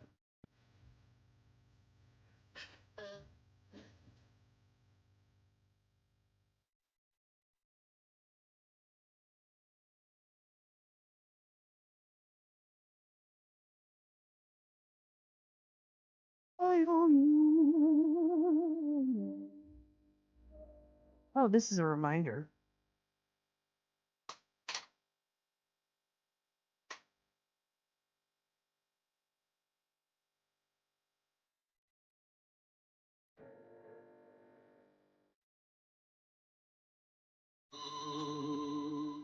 July 18th. Good luck. I mean, break a leg.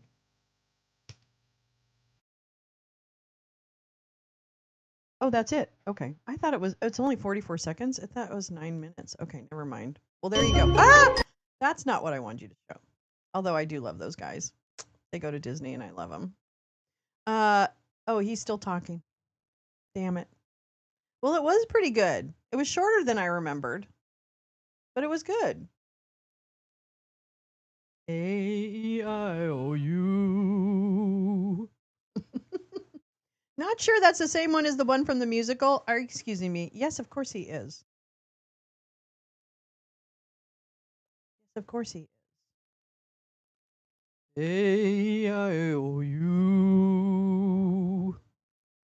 All right, all right, all right. What musical? You mean from the 4th grade musical? Now you've sent me down another rabbit hole. Wherever shall I go? Curiouser and curiouser. And here I go. Bye. Bye. Bye. Bye. No time to say hello, goodbye. I'm late, I'm late, I'm late. I look like a big boiled potato. Yeah, there probably are different. I'll lead you a little bit with this question. They projected inflation will be around 3.3% in 2021 and 2.5 in 2022 and 2.3 in 2024. Take a guess. Was it higher or lower than the projections, the inflation? I'm sure Oh that my it served God. the administration's policy objectives. Yeah, 4.78% and 4.1% respectively, way off, but yes, favorable to that administration. And now, fast forward, we have this one big, beautiful bill before us that the House Republicans we passed last week, and we've received some new scores over the last day or so. And are you familiar with the CBO score on the growth rate they project in the one big, beautiful Oh bill? my God. It's about 2%. Yeah, 1.8. Do you believe that it is an accurate enough growth No, rate he given some of the doesn't. He historical thinks it's gonna be context between 5. TCJA1? Watch. Much of the same policies in TCJA1 led to 2, 3, and 4% growth, and yet they're scoring in this 1.8. No, I don't feel think about they're accurate. I don't think it's Yeah, reflective of the growth. Of course. I think it's much more likely, and we'll get to our economic assumptions when we come later with more details from our fuller budget. But the budget resolution that what? you all Your passed, skinny $2.5 budget, that's trillion right. dollars. I think the number there was 2.7, is much more accurate in terms of a number that should flow from the policies in the bill. Great. I would agree. 2.6% is, I think, what the House Budget Committee put forth. I think that's a better estimate. Would you agree that assuming only the 1.8% CBO number both underestimates the positive impact of the legislation and simultaneously overestimates the negative impacts like Oh deficit my projections. God, Yes, okay. but I would Here's go a further. spoon and I I'm think the gonna challenge with the feed CBO score is the way they construct the you. baseline is they are asking policymakers who care about the debt and deficits to almost take the position that you shouldn't extend the tax relief.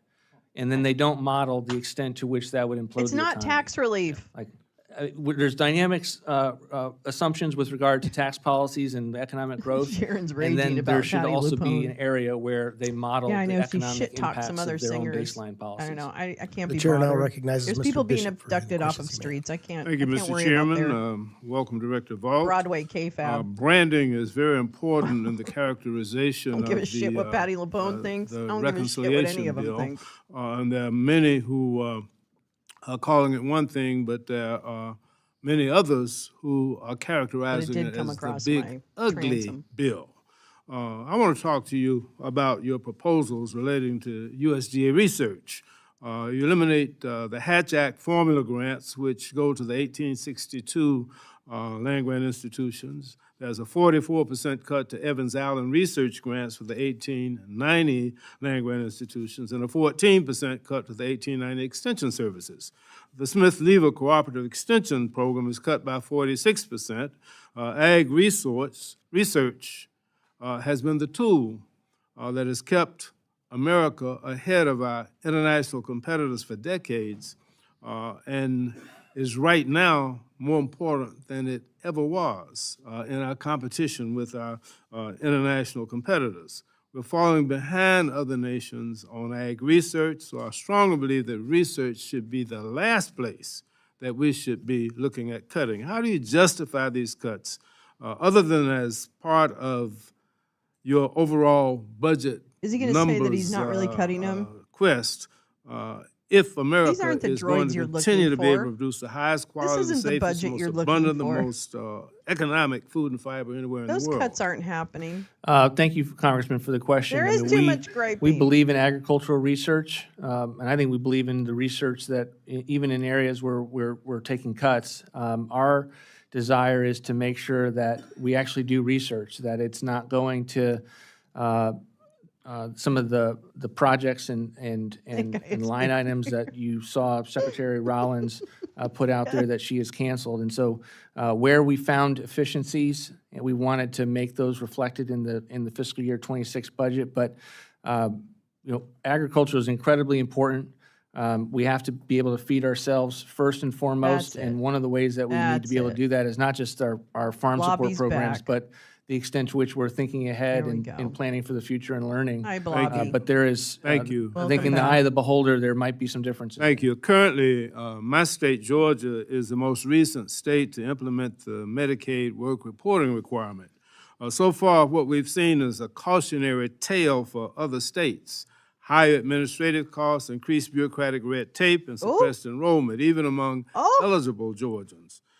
In my congressional district, over 765,000 Georgians, and almost 17% of them, of the non-elderly residents, are uninsured. What? However, after 18 months of implementation, less than 1% of our district's residents who are aged 19 to 64 were enrolled in the Georgia version of Georgia's Pathways to Coverage program.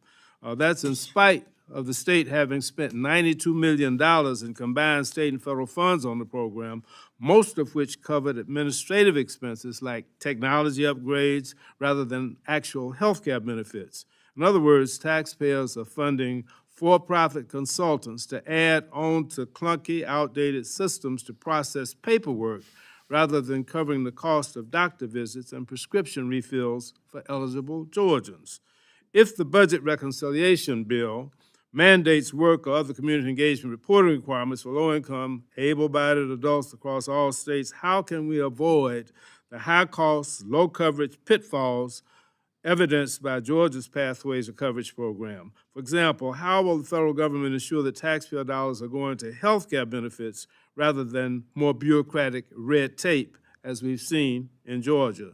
And quickly, the second question is, most of the $92 million that was spent has been covered by the federal government, due in part to the higher federal match for administrative expenses like technology upgrades. This expense would not be necessary if not for the additional paperwork generated by the work reporting requirement. For 1,115 demonstration programs like a little the bit Georgia on the program, Georgia what Medicaid steps work have been requirement taken to that he's ensure talking that about. states are held accountable to rules regarding budget neutrality if they implement this on the nationwide basis? Well, thank you for the question. I haven't looked at Georgia's model, and I will look into that. Our belief is that this will not lead to additional paperwork, but that it will build on the What historic now? reforms that we saw in 1997 that were on a. Work requirements create paperwork for every participant that takes advantage of the program. Let me say that again. Every participant will have to attest to their eligibility. So that is increased paperwork just on the recipients.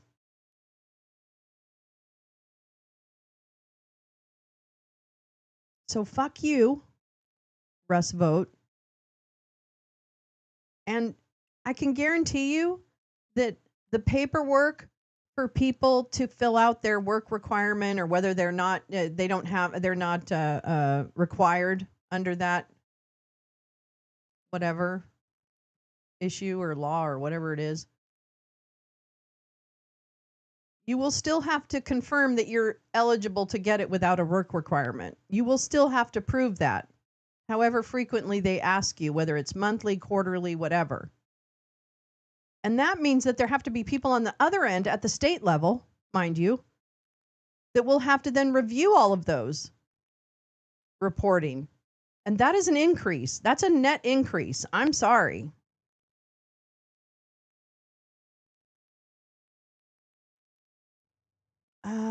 Really, Chuds, you need to ask more questions or watch more this kind of stuff. Not me. Don't watch me. I don't give a shit. But please, just learn something about the way life works that impacts you and your loved ones if you're capable.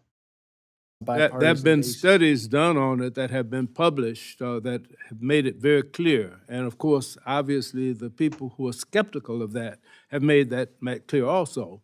It's out there. And I'm surprised that you haven't been. Well, I mean, as it pertains to the 1997 reforms, which now applies the concept of we're work not to talking Medicaid. about that. And remember, in Medicaid, we have this we're not issue talking where about that. you have able-bodied working adults that get a higher match. We're not than talking about that. The originally intended beneficiaries, the most. Go after the billionaires. The disabled, the elderly, who. Oh my God, I basically hate you this get man. $9 for $9 federal dollars for every Every 6 $1 months. Yeah, I of think state it's- for the able-bodied working adults, and then you that's get correct. about There's an increase. 1.30 for every one at the lower populations, and that's something that's off, because what you have is states chasing the higher dollar. So with this work requirement, we'll make sure that we have. It means that more important money will have reform. to go for the states setting up the mechanism Yes. in order to Yes. calculate that. It's more red Yes. tape, more paperwork, less than services and care for the people who need it. We can Thank you. disagree And on that. the chair will now recognize Mr. Cloud for his 5 minutes. Thank you, Chair, and Oh, thank no, you, it's this Director guy? Vogt, No, for being fuck him. here. No, Fuck him. As an American, before being here as a member of Congress, I just want to say thank you for finding efforts to I find hate this safe. guy. Believe our fundamental. Weird Gary Sinise. Okay, I'm going to end them too, because I'm just going to read this. I'm going to read this thing that I just dropped in, because then we'll find out what they say about this Georgia Medicare. Blah blah blah. Where is it? Ooh, I'm so angry. I'm so angry. All right. Fuck you and the horse you rode in on, mister. I'll just put it there and whatever. All right. This is a press release, but it describes briefly what the gentleman from Georgia was describing. As federal officials consider extending Georgia's Pathways program and Congress considers applying a nationwide Pathways-like work requirement to adults in Medicaid, Georgia advocates urge the public to speak out by June 1st. Oops. Georgia's limited Medicaid program with work reporting requirements has underperformed on every front, and now the federal government is asking the public to weigh in on whether the state's troubled program should be extended through 2030. Launched in 2023, the Pathways to Coverage program was designed to offer Medicaid coverage to low-income adults who could document and verify 80 hours of work, job training, volunteering, or other government-approved activity each month. A majority of potentially eligible Georgians are either employed themselves or are in a household with at least one worker. Yet even those who meet the program criteria face a steep paperwork burden. Supporters call the programs a bridge to healthcare and employment, but data from the program's first year shows a different story. Only 7,000 people are enrolled. That's just 3% of the number of uninsured Georgians with qualifying incomes. Of the more than 110,000 Georgians who indicated interest in applying to the program in the first year, only about 5% were able to navigate the full application process and enroll in the program. Georgia's Pathways program has cost nearly $92 million in total funding, a little more than $13,000 per enrollee, with much of it going to administrative expenses, like technology upgrades, not healthcare. Now, the Centers for Medicare and Medicaid Services, CMS, is reviewing Georgia's request to extend Pathway and is accepting public comments through June 1st. Healthcare advocates say the public has a critical opportunity to speak up against a burdensome requirements that deny care to those who need it. Experts also say the program's cost is hard to justify, especially compared to the option of fully expanding Medicaid. As currently designed, this program puts costly paperwork and bureaucratic processes over people. Less than 1/3 of the over $90 million spent on Pathways coverage has covered healthcare expenses like doctor visits and prescription refills. The majority of program spending has gone to expensive technology upgrades and administrative costs, said Leah Chan, Director of Health Justice at the Georgia Budget and Policy Institute. Moving forward, Georgia deserves a program that is grounded in the realities faced by low-income Georgians and delivers a stronger return on investment for Georgia's taxpayers. Let me see. Okay, so that's information. So I just wanted to kind of get some basic stuff. That was from May 13th, 2025. Yeah, weird Gary Sinise. That's what I like to call him. Uh-oh. They're fighting. Hold on. Fair enough. I will certainly defer to my What own. happened? Truly a Nonprofit nonprofit. shares our They were fighting. views and is not putting Fight, forward fight, some fight. of the ideologies that we have fundamental issues back a with. little And bit. so Hi, I Liz can't give you a Prismani. wrapped up Might be helpful of what we found to other root out than waste, to, fraud, and abuse by private. in the areas Yes. that we put forward cuts, we Like have Rick concerns Scott. Yeah, what in about addition him? to the value proposition of those dollars. Good reminder. Thank you. Forgot about The him. chair now recognizes Thought Ms. he was Stanton dead. for a matter of before the. Yes, Mr. Chairman, in light of the conversation earlier, I'd like to submit an article for the record about illegal immigrants receiving coverage on Oh, for Medicaid. We fuck's do know sake. federal dollars flow to states, and this is from the New York Times, May 14th, 2025. Governor Newsom I proposes hate scaling back these health care for people. undocumented immigrants in California. I'd like to submit this article for the record, Mr. Chairman. Without objection. Wait, who was I going to get? We have a limited amount of time. I noticed that in which we can maybe go to a lightning round. I'm sure Mr. Ivy is salivating for the chance for this lightning round.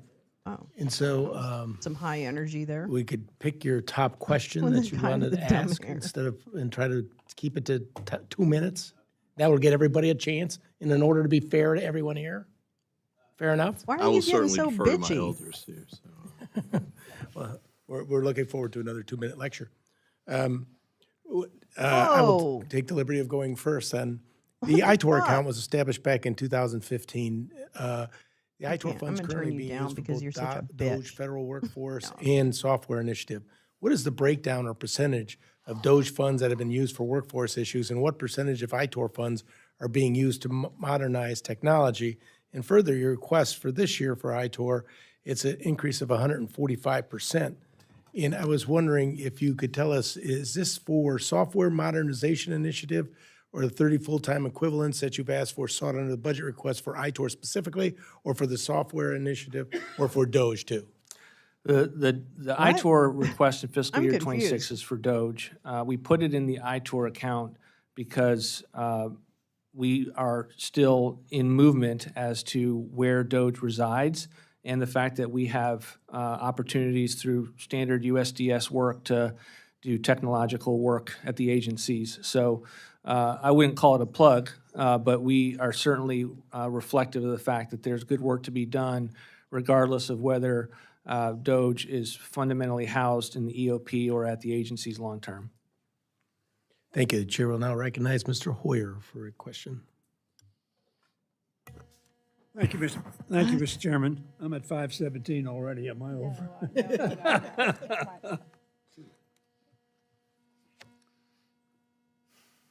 Tell me when we're ready. You're good. I am against dynamic scoring, not because I don't believe there is a dynamic that's so score, cool. but because I think it is a gamble. And one of the reasons we've gotten to places where we are is because it's been a gamble. I've been here a long time, as you know. When Ronald Reagan's David Stockman said, tax cut's going to pay for itself. Ronald Reagan increased the deficit. Only one man can stop spending, or one person, the President of the United States, by 189%. Mick Mulvaney Okay, I pinned it. told us that the Bush tax cut would pay for itself. And Mitch Daniels also told us, Mick Mulvaney was Trump's, that Bush's tax cut would pay for itself. They didn't do it. And we ran deficits. And we ran deficits, the only one that really had a low deficit was Bill Clinton, and a balanced budget, as you probably recall. Now, the budget you've now said, we've had a lot of talk about Doge. Mr. Musk, of course, headed up Doge and was regaled as somebody who was a genius and could do everything. He said this, "I'm sorry, but I just can't stand it anymore. This massive, outrageous, pork-filled congressional spending bill is a disgusting abomination. Shame on those who voted for it. You know you did wrong. You know it." So that at least one person that has been high up in this administration, who being worth $450 billion, is prepared to tell the truth. This bill is not going to pay for it itself. And we are not honest with one another. The discretionary part of the budget, which you talked, you said 30%. Defense, veterans, Homeland Security, take it far above that. So we deal with 14 or 13% of the budget to try to balance the budget. Really That's strange dishonest. story. It cannot be done if you eliminated all of non-defense, non-veteran discretionary funding.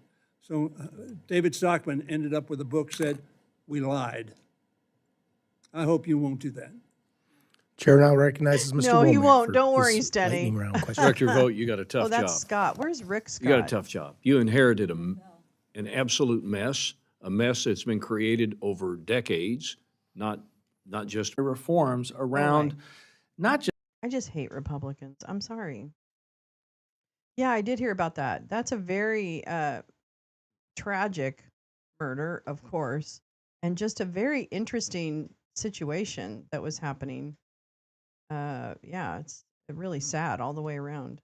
I wanted to find my Rick Scott. Gosh, I have that great Rick Scott thing. Where the hell is it? Scott. Now I'm obsessed. I'm sorry. Let me just scratch this itch. Come back into my.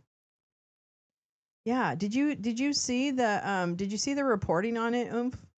Because it was very interesting and really unbelievable. Oh, sorry. Here in the country and the biggest corporations. To my friends who was gone now about the Constitution, read the Constitution. And there are many Republicans who have said that they haven't read the bill and they're troubled by what's in this big, ugly bill that you're discussing. Let me just talk about empowerment. You speak about a tradition in this country, which is in fact fiction. You say over 200 years, presidential empowerment has carrying the day for all of you. You think you're so captured by the lie that you founded a multi-million-dollar think tank to republish the lie. I'm familiar with this work. The quality of the work is so bad. And let me just say, to characterize it, this is page after page, going back to 1789, of what people looked at in terms of impounding or stealing funds. And let's just tell this, that even in your fake history, almost all the examples that you document demonstrate that presidents have historically only delayed or refused to spend money when it was the Congress who gave them the power to do it. It's Article 1, Section 9, Clause 7. That is operative. There should be no debate.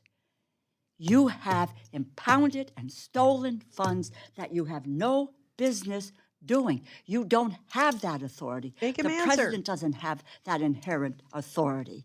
And it has been documented by the court, which is why He's going to be like, over that's 250 being lawsuits legislated right that now, have and I been can't filed, comment on it. 185 plus rulings have paused Trump initiatives. You are in violation of the law. That is what we should be dealing with in this this effort.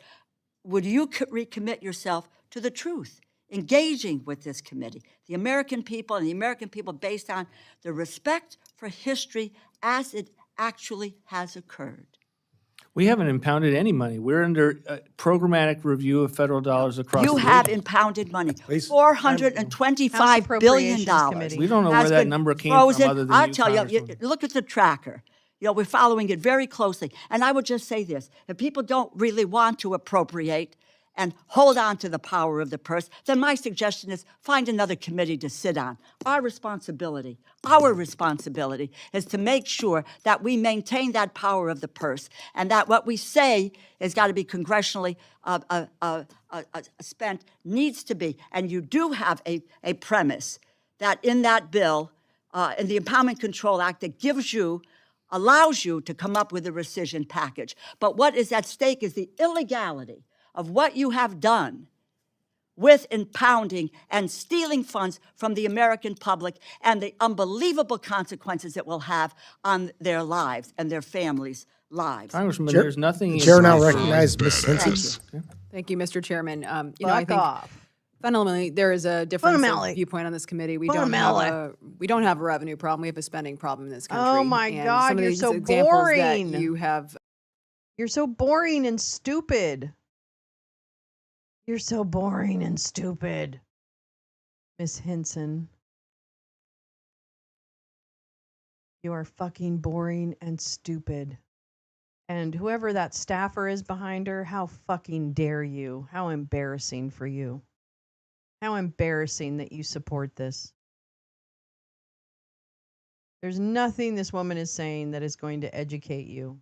They've said it all.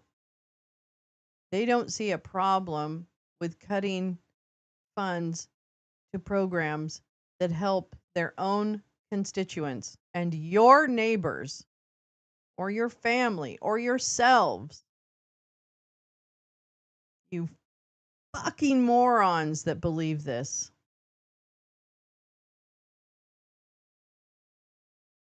So I don't know. I feel like a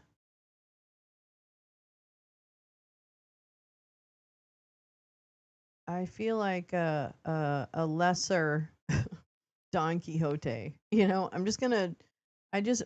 no, actually, I'm probably a tired Don Quixote, and there's so many Don Quixotes. I'm not the only one. I'm not saying that. I'm just saying I feel like I'm running into windmills, and I'm just like, now I'm tired of running into windmills. I mean, I won't stop running into windmills because you can't stop running into them, but I just like, there's such a fundamental lack of awareness about how this stuff works. And the disinformation that just has been allowed to take hold over the past few years, especially, is just mind-blowing to me. fucking mind-blowing. This guy has not answered to anything. He has not answered one goddamn question about the impoundment of funds. He hasn't been, he doesn't believe in the tracker that's showing how many grants have been canceled and other things, revenue pulled back. They're just sitting there lying to you, to us.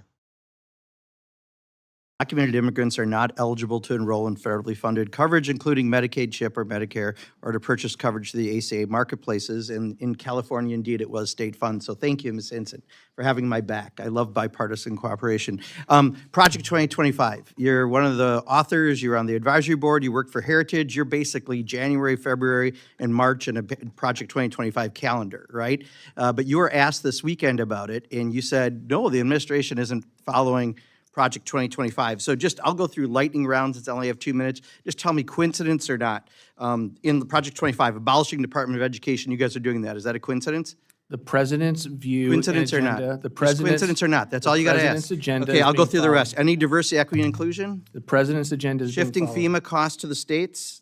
The Targeting president designs his PBS and the agenda. National Public Radio? President Freezing designs. federal assistance? Restricting gender-affirming care? Revoking security clearances? Stripping civil servants of employment protections, reinstating service members who refuse COVID-19 vaccines, banning transgender people from the military, a hiring freeze, withdrawing from the World Health Organization, sending active duty troops to the southern border, limiting refugee admissions, rescinding temporary protected status designations, capping indirect costs for university-based research, requiring disclosures of foreign gifts to universities, apparently not planes to presidents, asserting the president's power to remove federal officials, and targeting NOAA. Were those all just coincidences that they happened to be in Project 25 and they were just in the back pocket of the president since November? The president has never been more of a promises made, promises kept president than we've ever had in history. Wow. He has run on an agenda. He was very clear on that agenda. He's now I have no enacting that idea if other agenda. people are real. And those of us who work for don't him even work know. for his agenda in executing that agenda. Chair now recognizes Mr. Alford. Point of order before my time begins. Chair, how much time do we actually have in this lightning round? 2 minutes. One question, 2 minutes. 2 minutes. Okay, thank you. Let's start. For my ag state of Missouri, Well, you're renewable fuel late. standards, renewable volume obligations rule has been at OMB since May 1st. When will this be sent back to the EPA to release publicly, sir? We're working on it. We know it's a priority. It's part of an annual process that's very, very important. Oh, yeah. very Second important. question, We're follow right up on it. PEPFAR. We've talked about it a little bit. PEPFAR since 2003 has saved about 26 million lives, mainly in Africa. Aside from the crazy woke programs, which I agree should be stripped, is there any other prevention program, not treatment, but prevention program listed God. in this rescission package, which is not of a woke nature? What? We believe that life-saving treatment, I understand that is in fact your question, but we are scaling down the program as it pertains to the types of organizations that are providing, are the examples of the waste, fraud, and abuse. What? The prevention itself is where an analytical look needs to be done. And Excuse it's one of me? the reasons why we have emphasized in successive budgets that we're going to protect life-saving treatment, but Wait, we what? want to scrutinize heavily those that are bringing people into the But do system in the nonprofit. you see where I'm going with this, sir? I mean, there's life-saving treatment after you already have HIV, but there are prevention programs that PEPFAR does, which are not of the woke nature, which can prevent someone from getting HIV. Are those programs going to survive? It is something that our budget will be very trim on because we believe that many of these nonprofits are not geared towards the viewpoints of the administration. And we're $37 trillion in debt. I know. Again, Oh, so at some point, the continent of Africa needs to absorb more of the burden of providing I agree this with health you. care.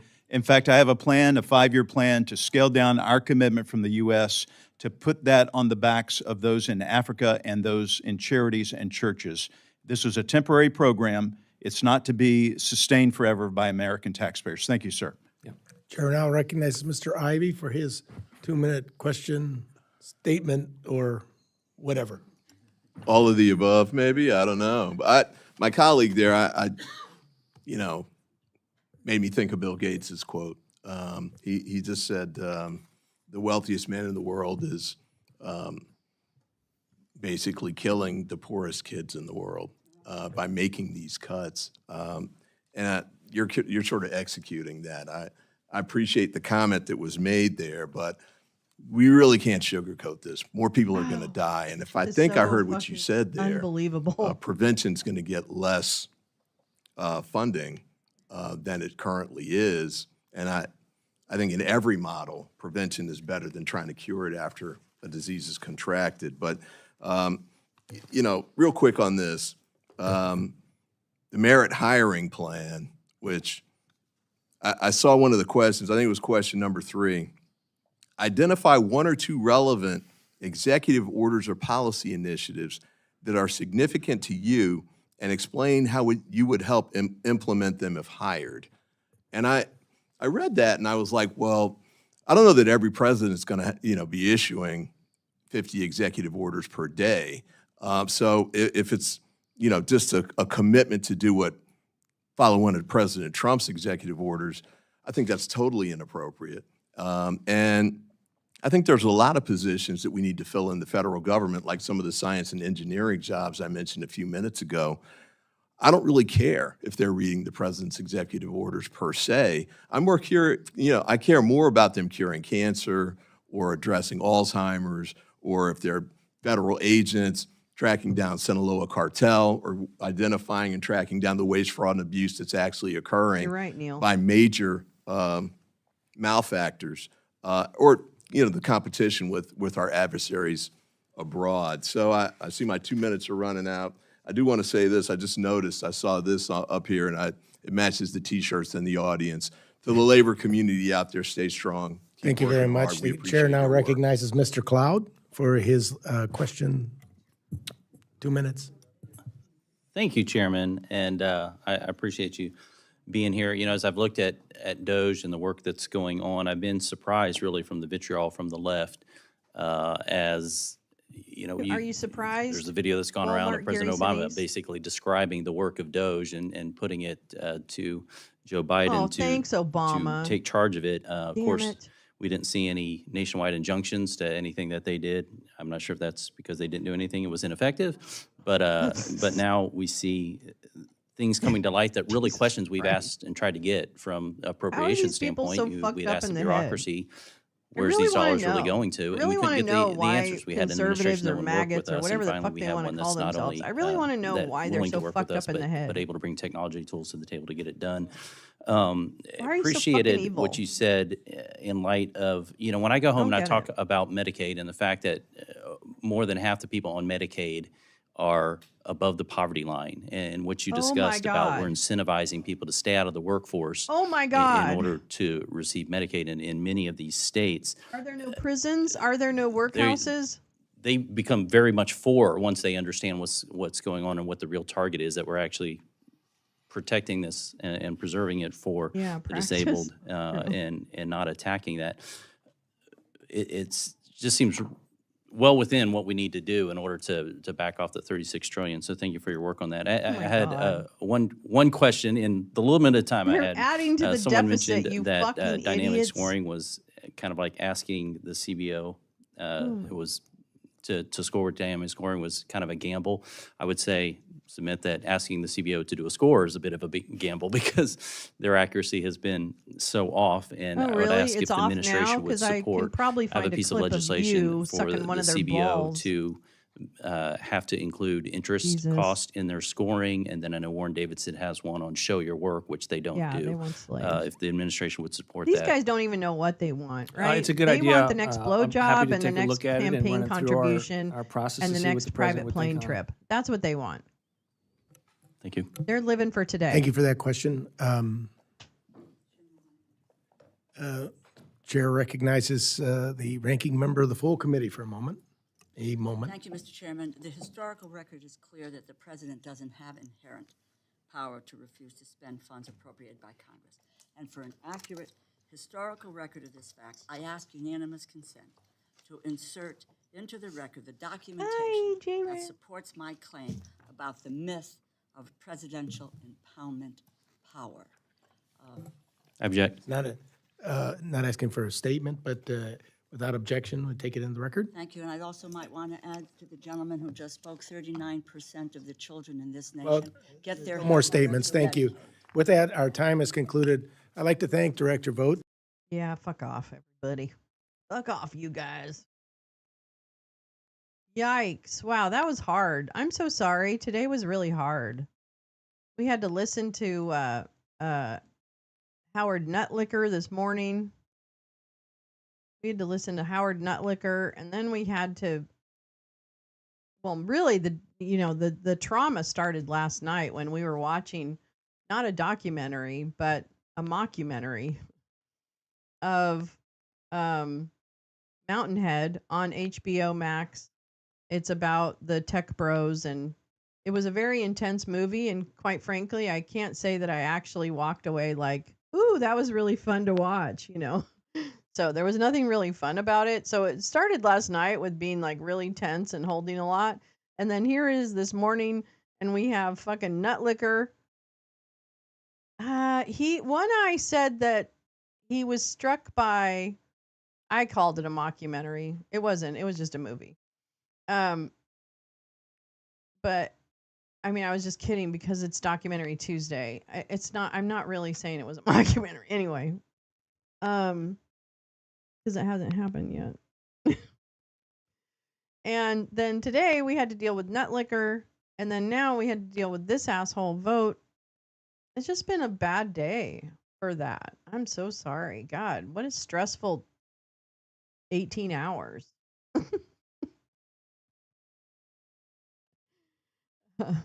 But yeah, no, it was just a fictional movie, but it was I don't know, put me more on edge, I guess, than a relaxing, trip away from. I imagine something like it is happening every time there is news. Yeah. It's so weird. It's so weird. Yeah. So I didn't, yeah. So yeah, it was just it's been a weird 18 hours, I guess. We've just had to deal with a few of the strongest assholes in this whole game. Like the only thing that would have tapped this day off is to have like a Hegseth, something. That would be the next one. Yeah, now we've got, okay, yeah, you're right, Jane. That's what it is. That's what it is. Deep breaths. I think it is. It's time to take some deep breaths, go outside. I'm going to go outside. I hope you guys can get outside, or at least get wherever is calming for you, and taking a deep breath. With no coffee, thank you very much. Poor Teresa had to survive this entire day without any coffee, which is just inhumane, frankly. And Max, I agree with you. I think the casting was all wrong. They were actory and not dorky enough. And there was one character who was like the thinking CEO, the CEO who cares about people, right? And that's totally unbelievable.